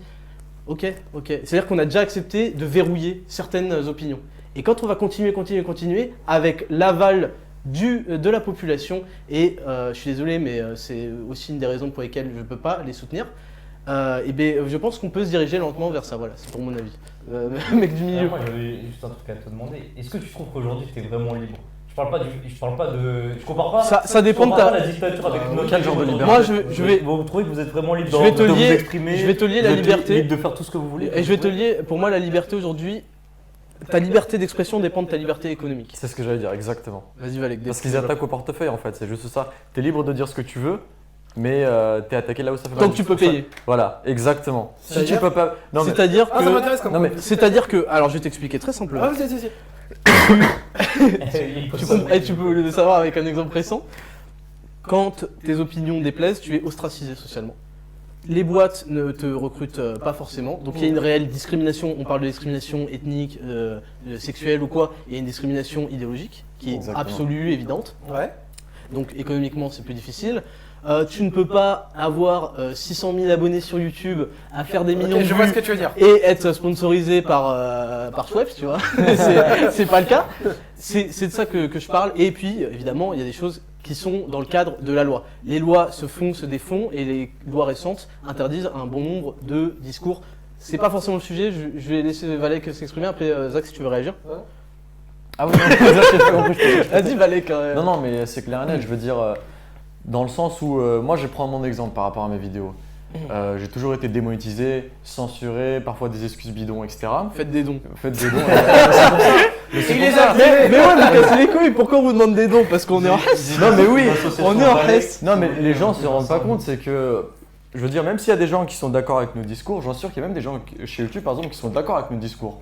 Mais la politique est faite de façon à ce que... Ils sont d'accord jusqu'au 3 mai. Le jour où il faut glisser quelques bulletins. Voilà. Tu verras que quand je me présenterai, j'aurai 0 voix. Mais c'est pour ça que quand tu attaques les gens en portefeuille, ça les décourage. C'est pour ça que les gens qui les attaquent là, ils vont se dire ouais, lui, bah, s'il arrête de perdre son temps, il va pas gagner son argent. Et pourquoi ils vont pas être soutenus par les autres? Parce qu'ils vont dire frère. En privé, ils vont me dire frère. Pas envie d'être assimilé à ça. J'aime bien ce que tu fais, mais exactement. Fais-le tout seul. Non, mais exactement. Continue, mais tu vois ce que tu dis, mais de loin. Ce que tu dis, c'est pas faux. Mais d'une part, moi, je pense pas que ce soit que les boîtes qui soient fautives. Je vais te dire pourquoi. Ouais. Je pense qu'il y a certaines boîtes qui pratiquent de l'idéologie. Tu vois, comme par exemple, je pense Twitter, ça applique de l'idéologie. Je pense que des boîtes, même comme YouTube, appliquent de l'idéologie. Bah attends, Facebook était en discussion avec Macron récemment pour supprimer ou en tout cas fliquer les gens avec certaines opinions. Et tu vois, attends, juste pour dire, Mark Zuckerberg a payé des millions, je crois. Pour aller au bout de mon raisonnement, tu vois, je pense qu'il y a certaines boîtes qui appliquent de l'idéologie, mais je pense qu'il y en a quand même une grande partie qui n'appliquent pas d'idéologie, mais sont restreintes par une partie de leur clientèle ou des gens qui sont utilisatrices, enfin oui, parce qu'il va y avoir de la pression pour ne pas avoir à être mêlé à ça. Oui, donc il va y avoir une pression. Il y a des boîtes qui vont, en grosso modo, par exemple, allez, on va dire un exemple con. Ouah, putain, vous travaillez avec le Raptor c'est le raciste. Bah ouais. Donc en soi, la boîte s'en bat les couilles de travailler avec Raptor. Mais ne va pas le faire pour s'éviter. Dans ce cas-là, ça veut dire que c'est pas la boîte, ça veut dire que c'est tout un chacun qui censure. Ça s'appelle comment? Ça s'appelle une domination par la pression au porte-monnaie. Une boîte privée. Moi, je suis pas. C'est pas le sujet, la discrimination au travail. Je trouve que on devrait laisser le privé faire des trucs privés. Non, mais... Tu vois, si je te sens pas, je vais pas te prendre, je vais pas me forcer juste pour qu'il y ait pas de. L'exemple le plus concret, c'est récemment Utip qui nous avait dit clairement qu'on avait postulé. Utip, c'est du foutage de gueule. Non, votre idéologie correspond pas à Utip. Ouais, tu vois ça non, c'est pas ça l'exemple. Alors, comme ça, on va finir. Après, je vais rebasculer sur les gilets jaunes. Non, le truc, c'est que Utip a envoyé un mail. Et ils ont pas fait une déclaration publique. Ils ont envoyé un mail aux mecs qui sont déjà sur Utip. C'est ça. Pour leur dire. On vous rassure, il y aura jamais Raptor. Ils ont dit en plus, on vous rassure. C'est quoi Utip? C'est un truc un peu comme Tipeee. Enfin, en fait, tu regardes une pub. Ah, c'est pour les dons. Et ils t'ont refusé dessus. Tu regardes une pub Groupama pendant 30 secondes et le mec gagne 5 centimes. Oh, bah, voilà, c'est le nouveau mode de financement. Non, mais ça, on en pense qu'on en veut. Oui, c'est ça, c'est depuis toujours. Et ils avaient envoyé un mail aux mecs qui l'ont déjà, donc je trouve ça quand même assez dégueulasse, en disant vous inquiétez pas, il y aura jamais Raptor et ce genre de gens. J'adore le vous inquiétez pas. Ouais, tu sais que dans l'idée, ouais, ne t'inquiète pas, ça va bien se passer. T'avais un site, c'est un américain qui l'avait développé. Il avait créé un site avec 1 million de pixels sur 1 million de pixels. Ouais. Chaque pixel représentait une pub. Ah ouais? Ouais. Donc c'est à dire que quand tu cliquais sur un pixel par c'est fils de pute, ça t'envoyait sur le site du gars qui avait acheté le pixel. Et ce site avait tellement buzzé à l'époque et vraiment des marques qui avaient payé des tonnes pour être affichées sur le site. Alors que le site, la seule chose qu'il faisait, c'était une mosaïque de noms de marques. Alors on a les mecs s'étaient fait des thunes avec ça. On a Billioneni qui est obligé de mettre des espaces entre chaque mot, donc ça doit être un mec qui a plus de 50 ans. Il met des virgules entre chaque mot. Il nous dit vive Macron, j'étais au champ hier, c'était la Bérésina, il y avait un mélange de toute la chiasse de la France prolétaire qui était nerveux, les jeunes de cité, Black Blocs. Mais c'est un troll. Alors j'ai lu parce qu'il y avait 5 €, hein. Je vais pas mentir, mais on passe au don suivant parce que j'ai rien compris. Darklight nous dit l'incohérence typiquement française, c'est de vouloir du changement tout en critiquant les gilets jaunes ou toute action qui sort un peu de la norme. On n'aura rien si on met pas un peu les mains là-dedans. Oui, c'est ce que je dis, moi, c'est ce que je dis. Et ton excuse pour ne pas y être Moi, je l'ai dit, quand ça va casser des bouches, je vais y être. Tranquille, Malek. Z, peut-être sur Twitter. Alors, on a Cochon Halal qui nous dit s'il vous plaît, la régie, lit mon tweet. Donc, Shipper est-il macroniste ou est-il le cousin Aurore Berger? Très bien. Et par exemple, tu vois, le mec que t'as lu juste avant qui disait Bérésina, ce qu'il a fait, c'est du mépris de classe pur et dur. C'est ce que les gilets jaunes ont subi quasiment. Et c'est ce qui les a rendus sympathiques. C'est du mépris de classe pur et dur. Alors, c'est vrai. C'est des beaux. Voilà. C'est la France profonde. C'est bien sûr. Est-ce que ta France, c'est que des mecs high-tech? Bah oui. Alors, il n'y a pas eu une division depuis quelques années déjà entre cette France profonde et la France cosmopolite en fait, des beaux quartiers, un peu bobos peut-être, qui est forcément un mépris qui s'est installé par rapport au niveau d'éducation, à la façon de s'exprimer, parce que c'est vrai que quand tu les écoutes, tu te dis putain. Tu sais, pour en parler, tu vois, il y a certains mecs, tu te dis, et il y a eu peut-être un mépris là-dedans qui est présent, pas depuis une semaine, mais depuis des années, et ça fait que s'augmenter. Et depuis tout le temps. Ouais. Et est-ce que vous pensez que il est réciproque ce mépris? Parce qu'on parle aussi souvent des bobos gauchos. Bah oui. Non, franchement, je pense pas qu'il est aussi réciproque que ça. Pour moi, ces gens-là justement qui critiquent, pour moi, c'est en général les gens les plus gentils, tu vois. C'est des gens simples, c'est des gens qui donnent beaucoup, tu vois. Ouais. Alors que ces gens-là qui méprisent, qui sont hautains, pour moi, c'est eux les gros fils de pute dans l'histoire, tu vois. Il n'y a pas d'autre mot à dire. Toi, Zach, non, mais c'est vrai en partie ce que tu dis, j'entends ce que dit Valek là. C'est vrai qu'il y a un mépris un petit peu mutuel, donc les beaufs d'un côté, les bobos de l'autre. Ouais. Mais sauf qu'en même temps, quand tu vas traiter les beaufs de beaufs, ils vont pas se laisser faire. Ouais, c'est ça. Donc, au bout d'un moment, il faut aussi qu'ils répliquent et qu'ils disent. On est des beaufs, vous êtes des bobos. Ouais, c'est une sorte, tu vois. Mais ils vivent pas dans le même monde, ces gens-là. Rien qu'à Paris, je veux dire, Paris, ça a tellement été une ville qui a été prise avec les transports en commun. Là, je crois que d'ici 2019, juillet 2019, il y a une loi qui est passée, en tout cas une mesure qui est passée, qui va interdire les vieux véhicules, tu vois. Diesel. Allez hop, c'est ça. Allez hop, sortez les chéquiers, les esclaves. Au point où à Paris, t'as moins de 40%, donc c'est des études, hein, t'as moins de 40% de la population qui a un véhicule personnel. Ouais. Donc moins de 40%.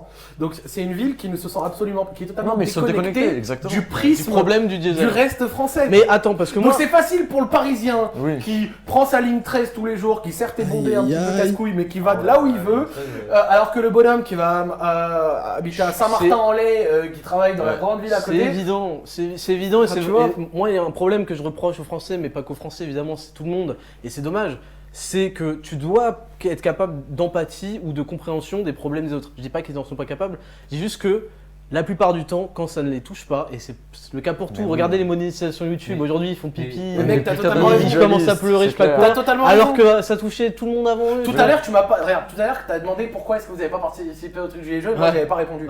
Et moi je vais dire, c'est une réponse qui va être très honnête et très égoïste. J'ai pas le permis, c'était pas ton problème. Je suis pas touché. Ouais. Alors, je ne dis pas que je suis contre ou pour le mouvement, mais c'est exactement pour ça que je n'y ai pas participé. Et c'est quelque chose qui est certes égoïste, mais d'une assumé, et deux qui est appliqué à tout le monde. Pourquoi est-ce que Macron aura jamais 100% de gens qui sont mécontents envers lui? Parce qu'il y aura toujours 25 ou 30% qui sont bien touchés par ces mesures. Parce qu'à l'heure actuelle, tu regardes le climat des affaires en France, on n'aime pas Macron, techniquement c'est le meilleur que tu as depuis 3 ou 4 ans. C'est flat tax à 30% qui fait que les gens payent moins d'impôts. C'est baisse de l'impôt des sociétés, c'est doublage du taux d'auto-entrepreneur. C'est tout ce genre de choses qui fait qu'à l'heure actuelle, Frikovic, le gars qui veut faire des affaires en France de va être bien. Sauf que, il représente quel pourcentage de la population ce gars? Petit. Donc ça fait que la masse va être pas contente parce qu'elle a pas des choses qui lui plaisent. Mais par contre, de l'autre côté, le gars qui est content de ces mesures-là, bah lui il va pas être contre. Ouais, mais regarde. Tu dis que ces personnes-là, ils représentent une petite partie des Français. Pas une petite, mais une partie qui est moindre. Au final, ce type-là, économiquement, il représente une grande partie, puisqu'il va avoir de l'argent, il va injecter de l'argent en France dans ses entreprises, et donc il va être susceptible de recruter énormément de gens, et du coup, ça va représenter quand même un certain nombre de gens. Il y a quand même. Mais dans ce cas, ça veut dire que tu étais d'accord pour la réforme du Code du travail. Moi, par exemple, j'étais d'accord. Moi, je suis contre. Alors, je suis pas forcément pour la réforme du Code du travail, mais moi, je suis. Techniquement, pour la réforme du Code du travail, elle avantage celui dont tu viens de parler. Je suis pour. Moi, faut savoir, tu vois ce que je veux dire. Attends, il y a des gens, ils ont un double discours où en mode, ils veulent moins d'impôts et ils veulent plus de services publics. Ils veulent moins de ci et de ça. Tu peux pas avoir tous les constamment les deux. Je peux pas faire de la démagogie sans cesse, tu vois. Tu comprends ce que je veux dire? Non, mais moi, je suis. Tu vas acheter un truc, t'es toujours là pour gratter. Bah oui, c'est pareil, ils grattent tout ce qu'ils peuvent. Moi, c'est clair que le Code du travail, je me suis déjà exprimé là-dessus. Je suis pour une revisite du Code du travail. Mais c'est obligatoire parce que. Il faut que les classes moyennes se mettent dans la tête une bonne fois pour toutes, et je parle surtout des classes moyennes qui votent à gauche, que les patrons sont aussi des classes moyennes, les petits patrons, les TPE, les PME, c'est des classes moyennes à la con qui ne gagnent souvent moins qu'en plus les mecs qui ont un salaire. Parce que c'est des gens, et c'est des gens aussi qui vont venir à vous embaucher. À l'époque, pour ces gens-là, prendre un CDI, c'était une prise d'otage, c'était un mariage. Mais ça continue. Et regardez les charges, mais en fait, il faut qu'il y ait... Et après, on arrive à... Il faut qu'il y ait peut-être un truc progressif selon la hauteur de la boîte, mais vu qu'aujourd'hui on est dans un monde mondialisé, et ça a été voulu, et c'est encore voulu par ceux qui se plaignent, un patron qui se fait emmerder par des lois du commerce en France, il va délocaliser, il va faire ceci, cela. Donc ça, c'est quand même un premier point. J'ai oublié ce que je voulais dire ensuite, donc c'est génial. Oui, le Code du travail, moi je me suis déjà exprimé là-dessus. Je pense qu'il doit être revisité expressément. Il l'a été. Ouais, mais je pense, moi j'ai d'autres projets pour ce Code du travail, vois-tu. Et c'est vrai que c'est un fait, c'est que les Gilets jaunes, dans leur blocage, ont pas que saboter entre guillemets des gens qui allaient au travail, mais aussi des petits commerçants. Alors, ils se plaignent d'avoir fait par exemple des baisses drastiques de 50% sur la journée de samedi sur le chiffre d'affaires. Moi, je pense que quand tu es un commerçant, si tu as fait une baisse un jour, tu la rattraperas après parce que les gens vont quand même revenir parce qu'ils avaient prévu de venir. Mais bon, ça, c'est pas le sujet. Ce que je voulais dire, c'était sur l'augmentation des CDI. Après, je vais donner la parole à qui voudra. On réclame l'augmentation des CDI. Pas des CDI, pardon, du SMIC. C'est un truc qui ne se réfléchit pas à la légère. Parce que on le veut tous, mais qui veut que tu sois payé pas beaucoup au SMIC? Si le SMIC était à 5 000 €, mec, je te le donnerais, qu'est-ce qui se passe? Mais ça ne se réfléchit pas à la légère, pourquoi? Parce qu'il y en a qui peuvent pas se le permettre, et ceux qui peuvent pas se le permettre, c'est ceux qui font tourner l'économie en France, TPE, PME. Tu peux modifier de 100 à 200 € le SMIC, que tout leur calcul de revenus à la fin du mois, à eux, va être niqué. Donc forcément, ça créera toujours une tension entre les salariés, bon, avec les fonctionnaires, et les petits entrepreneurs, etc., qui pourtant font partie de la même classe moyenne qui est aujourd'hui assez exploitée. Je sais pas. Et surtout, tu disais dans une de tes vidéos, et ça c'est la phrase qui est typique et qui en plus m'est restée dans la tête, c'est que tu as dit les bras d'ouvriers sont interchangeables. Donc tu peux pas totalement être pour tout ce qui est loi, immigration, etc. et être pour une hausse du SMIC parce que c'est des choses qui sont fondamentalement contre. Tu vois, c'est exactement ce que je disais avant avec le moins d'impôts pour les services publics. C'est des choses qui sont confrontées. Tu sais, on parlait de l'ISF, c'est la raison principale pour laquelle, pour moi, qu'il y ait un ISF ou pas, ça change quasiment rien. Non, ça change quasiment rien. Les gens changent parce que il y a plus de frontières, les flux du capital ne sont plus limités. Tu t'inquiètes pas que quand tu connais les lois, tu te fais des petits. Moi, je vais te dire un truc, tu vois, genre sur tout ce qui était hausse du SMIC, tout ça, à l'heure actuelle, tu vois, le travail qu'on a été pour ou contre, etc. On n'a jamais eu, depuis un long moment en tout cas, tant de CDI en France. Pour une première fois, la hausse du CDI, c'est ce que ça a permis. Certes, il est moins sécurisé, mais il y a plus de CDI que de CDD. Alors qu'avant, 75% de types de contrats signés, c'était des CDD. Mais pourquoi? Parce que les petits patrons aujourd'hui, les petits patrons ont peur. Ils peuvent avoir plus confiance de prendre le bonhomme en CDI en se disant, le moment où je suis dans la merde, je peux plus facilement. Voilà. Et puis il y aura peut-être moins de charges là-dessus, parce qu'aujourd'hui tu payes un SMIC, t'en payes le double si t'es patron. Et donc qu'est-ce qui se passe? T'essaies de choper des mecs qui sont. T'essaies de choper des mecs qui sont prestataires de services pour payer moins, mais du coup le mec n'a pas les conditions de travail d'un mec au CDI. Enfin, en fait, ça génère en fait de la précarité. Et donc, ce que je voulais dire, c'était que le CDI n'est pas une chose qui se pense à la légère. Je sais que tout le monde peut-être le sait, mais il faut quand même le rappeler. Z. Alors on a Naotma qui nous dit sur Twitter, il y a un mépris de la France périphérique, on supprime les lignes SNCF de proximité, on centralise tout dans les grandes villes, on oblige à rouler vert. Alors qu'on connaît pas les transports, mais Amdoula, Jean Bicyclette, il fait 0 CO2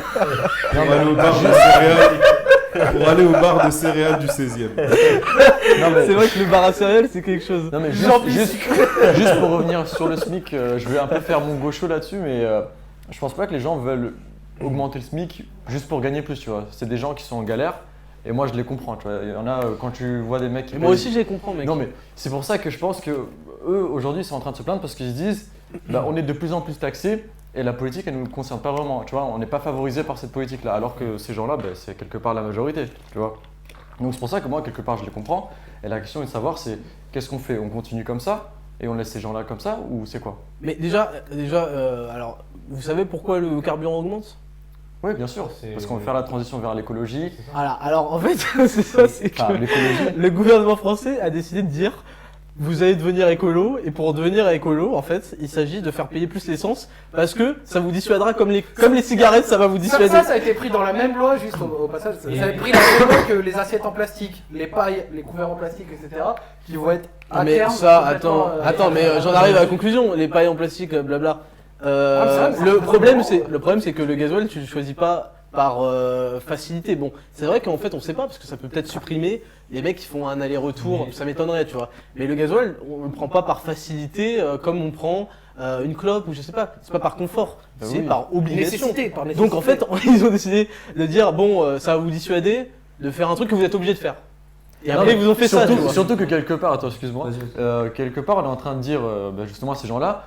Ok, on a fait une erreur dans le passé, on vous a incité à justement à acheter du diesel. Maintenant, allez, débarrassez-vous du diesel et passez à l'électrique. Moi, sur la question, les trucs les plus intéressants que j'entendais, c'était pourquoi est-ce que dans ce cas-là, ils vont pas faire une sorte de taxation autre Sur le kérosène. Mais attends, depuis quand Sur le kérosène. Depuis quand si tu fais ça, ça va augmenter le prix du billet d'avion. Il y a une campagne sur le diesel il y a 15 ans ou 20 ans de ça. Il y a une campagne sur le diesel comme quoi c'était la révolution des carburants. Exactement. Il fallait investir dedans, acheter des véhicules diesel. Et aujourd'hui, on nous dit quoi? On nous dit vos véhicules diesel, on n'en veut plus. Vous les mettez à la poubelle et on vous donne 4 000 € pour acheter un véhicule électrique quand vaut 25 000. Enfin, juste avant qu'on se des tweets, je reviens parce que tout à l'heure on a eu un tweet, je crois, ou un droit intéressant. Sur ce que je vous ai dit sur le verrouillage qui va arriver au fur et à mesure et qui me fait penser qu'on va être dans de plus en plus un truc totalitaire mais progressiste quoi. Pourquoi ça te fait rire? C'est que pour moi, je pense que l'écologie, qui est une bonne chose à laquelle il faut réfléchir, sera le prochain verrou qui va être mis. Il va y avoir, parce qu'il y a une... En fait, le verrouillage passe évidemment... Ça va être un bout des pas écologiques. Voilà, passe par évidemment un impact médiatique, passe par un matraquage sur le peuple. C'est... Oh, tu penses comme ça? En fait, on les culpabilise. Exactement. Voilà. Culpabilisation énorme du peuple sur des choses... Un mec qui se rend au taf, c'est que plus lui la paix, ce que tu dis, c'est totalement vrai. Et je finis juste. Et plus on va culpabiliser les gens, et plus on va pouvoir fermer le verrou sur encore une idéologie. Et je pense, et c'est pour ça que je me suis intéressé à On est prêt, mais bon, c'est un détail. J'ai peur que l'écologie soit le prochain verrou idéologique qui va sévir en France, et il va passer évidemment par des taxations, par des lois, etc. On verra, mais bon. Vas-y Zach, tu voulais me dire, après il faut vraiment qu'on lise les tweets. Intéressant que tu disais, c'était par rapport à l'écologie, c'est que moi j'ai l'impression qu'il faut toujours, avant tout, et ça reste quand même logique, mais taper d'abord sur le particulier, alors que par exemple au niveau de l'écologie, notamment au niveau de la consommation d'électricité et de toutes ces choses tu vois, qui consomment et qui écologiquement ont une empreinte néfaste, sont au plus des 2 tiers. Qui me semble avoir lu ne sont pas de la responsabilité des entreprises, des grosses entreprises, des bâtiments vêtus, etc. Les bâtiments vêtus, tout ce genre de choses, tu vois, où on va d'abord taper sur la petite partie des 20% avant de devoir englober les 80%. Donc, ouais, mais s'ils tapent dessus, c'est qu'il y a la facilité. Je veux dire, tu vas vas pas taper sur ceux qui financent, tu vois, ceux qui ont la thune. D'accord. Je remets mes lunettes dans le bon sens. Non, je disais qu'on en est à un tel point justement de taxes illogiques, enfin, parce que de toute façon, les mecs concernés, c'est les plus gros pollueurs, échappent toujours aux taxes. Et d'ailleurs, ils sont pas en France, je veux dire, on est un petit pays à l'échelle globale, il faut revenir sur Terre. La Chine, c'est quand même une usine à bordel. De toute façon, il y a tout le monde qui échappe. Gros, tu veux que je te dise une stat qui est vraiment édifiante? Ouais, vas-y. Ok. T'as vu, hier ou avant-hier, et tu vas même pas comprendre le rapport, il y a N'Golo Kanté qui a signé un nouveau contrat avec Chelsea. Ouais. Il va toucher 17 millions de salaire. Il n'y aura pas un euro reversé en France? Non, si. 17 millions de salaire à l'année. Pourquoi tu tapes Valérie? Calme-toi. Il va payer plus d'impôts que Amazon et Apple au Ah oui. Non mais oui, mais c'est évident. Donc c'est-à-dire qu'au Royaume-Uni, N'Golo Kanté avec son nouveau salaire qui est absolument énorme, moi je dis pas. Mérité. Il va payer plus d'impôts que Apple et Amazon en Grande-Bretagne. C'est du génie. Donc quand tu dis que ces bonhommes-là arrivent toujours à s'en sortir et à éviter de payer des taxes, bien sûr, quand le particulier footballeur, qui certes se fait des... Je dis pas que ses impôts sont pas mérités, va payer une certaine tranche, en gros, on va pas me faire croire que Apple et Amazon doivent payer... Attends mais tu sais c'est quoi, la meilleure? C'est que cette taxe verte, cet impôt vert, s'appelait comme ça, il me semble, c'est-à-dire destiné à l'écologie. Je crois qu'il a été détourné complètement. Il s'est pas destiné à l'écologie. Non, je crois que t'avais une partie, je crois que t'avais genre un tiers ou... C'est comme le loto récent, enfin bref. Ouais, le loto pour remettre le patrimoine. Ouais, le patrimoine. Je l'ai vu. Ou genre, je crois que sur les revenus, t'avais que genre un tiers qui allait à la rénovation. Mais c'est pour ça que j'aime cette émission, c'est qu'on en a un stade où on rigole bien, tu vois. Vous vous souvenez quand l'argent était détourné? C'était excellent. Z, on a des tweets. Alors, on a Random Déter sur Twitter qui nous dit... Après, le diesel, c'est plus qu'une histoire de taxes et d'argent, c'est aussi une histoire de santé publique quand tu auras un poumon, un cancer du poumon à cause des particules fines, d'augmentation. Non, ça s'entend, mais en vrai, ça s'entend. On va vous attraper. C'est que moi, pour moi, ça s'entend quand t'as envie que, certes, le diesel soit taxé, mais de l'autre côté, qu'il y ait aussi les grandes industries, le kérosène. Bien sûr, mais oui, mais si c'est ça. En gros, ok, tu nous taxes plus sur le diesel, mais dans ce cas, c'est un tout. Mais oui, mais là, c'est pas le cas. Mais là, c'est pas un tout. Calmez-vous. Z, il dit ça, il vit dans le Larzac. Il respire le bonheur et tout. Mépris de classe. On a un autre tweet.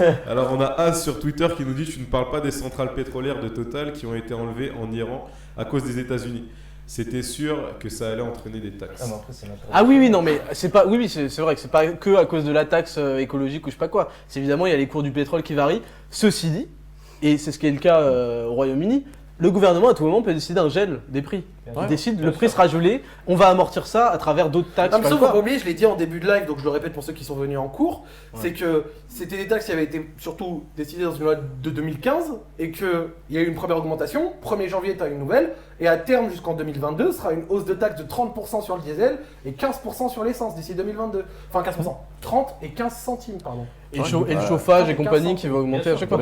Et d'ailleurs, que c'est pas les premiers. D'ailleurs, voilà, le gouvernement, ce qui vous passe comme message, et puis toute la bobosphère écolo qui va bientôt dominer, c'est vous êtes des fils de pute, vous qui vous chauffez au fuel ou je sais pas quoi, bande de gros enculés qui niquent la planète, vous pensez qu'à vous, alors que vous non mais c'est quoi, ils sont à l'électrique, ils pensent que ça pollue pas quoi. Ouais, non mais bon, on verra. Mec du milieu, t'avais un truc à dire à ce propos, je sais pas. Ouais, non, pas grand chose à rajouter. Bah, si, je vais rajouter un truc justement sur l'électrique et la pollution, etc. Parce qu'on dit souvent que l'électrique c'est une bonne transition, etc. C'est déjà, c'est pas nucléaire l'électrique. La création d'une voiture électrique, ça polluait plus que de rouler à l'essence. Après, c'est une question de. Ça, tu n'as peut-être pas la réponse. Voilà, quand est-ce que tu amortis? Tu vois, tu amortis la pollution. Peut-être qu'à la création c'est plus, mais quand tu vas rouler à l'électrique, peut-être que ça va être moins. Le fait est qu'il y a le nucléaire et blabla. Je veux dire dans le sens où c'est pas une transition du 100% pur, ça veut dire que t'as pas ta voiture électrique et c'est. Je vais même ajouter pour foutre de l'huile sur le feu et foutre la merde parce que j'adore ça. La pollution est évidemment indéniable, il y a qu'à regarder, tu regardes une vidéo, tu sais quand Nataku il va en Chine là. Ah mais tu regardes des vidéos de Chine, tu vois un Tchernobyl. Surtout les glaciers qui fondent, etc. Ça c'est indéniable. Oui mais attends, non moi justement je peux parler de la pollution, le réchauffement climatique, il y a tout un débat là-dessus encore aujourd'hui sur est-ce que c'est pas un effet tout simplement d'un cycle solaire, etc. Je lance le débat, vous vous démerdez avec ça. Non, je ne sais pas quoi en penser. C'est un débat trop pointu, on connaît pas assez pour avoir un avis. J'ai pas fait de recherche là-dessus, je vous l'avoue. Je vous l'avoue. Un avis pas pertinent dessus. Et oui, et puis de toute façon, on saura jamais la réponse. Il y a aussi un point auquel on ne parle pas trop. Vas-y, après je vais y aller donc. Au niveau de l'entretien d'un véhicule électrique, les gens disent qu'il y a besoin de beaucoup moins d'entretien, etc. Sauf que le problème, où le jour où ça tombe en panne, ça coûte des milliers et des milliers d'euros à remplacer. Soit tu changes entièrement de voiture, soit tu changes la batterie qui coûte je ne sais combien. Alors qu'aujourd'hui, des véhicules diesel, c'est archi résistant, on est d'accord, tu vois. Z. Justement, il y a Italesi sur Twitter qui nous dit le diesel est devenu moins polluant à l'heure actuelle que le gouvernement veut le dire. D'ailleurs, pas mal d'études l'ont prouvé. Donc avec les filtres à particules, en fait, là, on parle pas du diesel, du nouveau. On parle des anciens véhicules diesel. C'est ça qui est sanctionné actuellement. C'est les anciens véhicules. Les nouveaux, apparemment, c'est fiable. Je vais lire jusqu'à dans 10 ans. Je vais lire quelques noms. Alors on a Naxos, merci à toi, qui nous dit on t'a refusé des accès à cause de ton contenu. Bah, je pense que c'est évident, mec. Tu sais, oui. Oui. Donne plus. Donne-moi plus. Si tu veux une réponse plus argumentée. Maxime Klein qui nous demande et vous demande, puisque Zach t'a dit que tu lisais, as-tu des livres ou autres sources pour essayer de mieux comprendre cette soupe politique et les grands événements politiques des dernières années? Je t'avoue que non. Pas sur les dernières années. Après, tu sais, quand tu comprends un peu la logique des choses, tu comprends ce qui attend, ce qui t'arrive plus ou moins. Non, en plus, moi j'ai lu. T'as lu quoi, 1984? Non, chapitre 496. J'ai lu, mais moi par exemple, genre un des derniers livres économiques que j'ai lu, c'était Milton Friedman. Ah bah là tu nous as tous perdus mec. Tu lis des bouquins économiques? Friedman c'est du libéralisme vraiment pur et dur. Mais toi t'as fait des études, t'as fait un master éco? Ouais mais j'ai fait école de commerce, hein, c'est... Je mens pas. Aïe. On en parlera dans mon pack. Il y a tellement de suspense que j'ai envie de balancer la pub. On en parlera dans mon pack. C'est vrai qu'on devrait faire les packs. Non, moi j'ai fait une école... Non mais surtout c'est pas l'école de commerce qui m'a formaté sur mes idées, tu vois, genre j'ai quand même lu et en fait si tu veux c'est un ami à moi qui était vraiment très très calé dessus. Et moi je lui ai demandé des livres et il m'a conseillé du Friedman, il m'a même conseillé un des livres que je conseille d'ailleurs. C'est Jacques Bainville, Histoire de France. Oui, c'est Bainville, c'est un des meilleurs livres que j'ai lu de ma vie. C'est un livre qui te récapitule très très bien l'histoire de France. Ça se lit comme un bon roman, tu vois, genre comme un Agatha Christie, tu vois. Et c'est vraiment génial. Et moi personnellement, tu vois, genre, je suis né en France, je suis très fier d'être français et j'ai appris énormément de choses avec ce livre. Et ça fait que maintenant, à l'heure actuelle, je peux dire que sur mon pays, j'en connais vraiment beaucoup plus. Tu peux répéter dire que Zach est un modèle pour nous. Jacques Bainville, Histoire de France. Jacques Bainville, Histoire de France.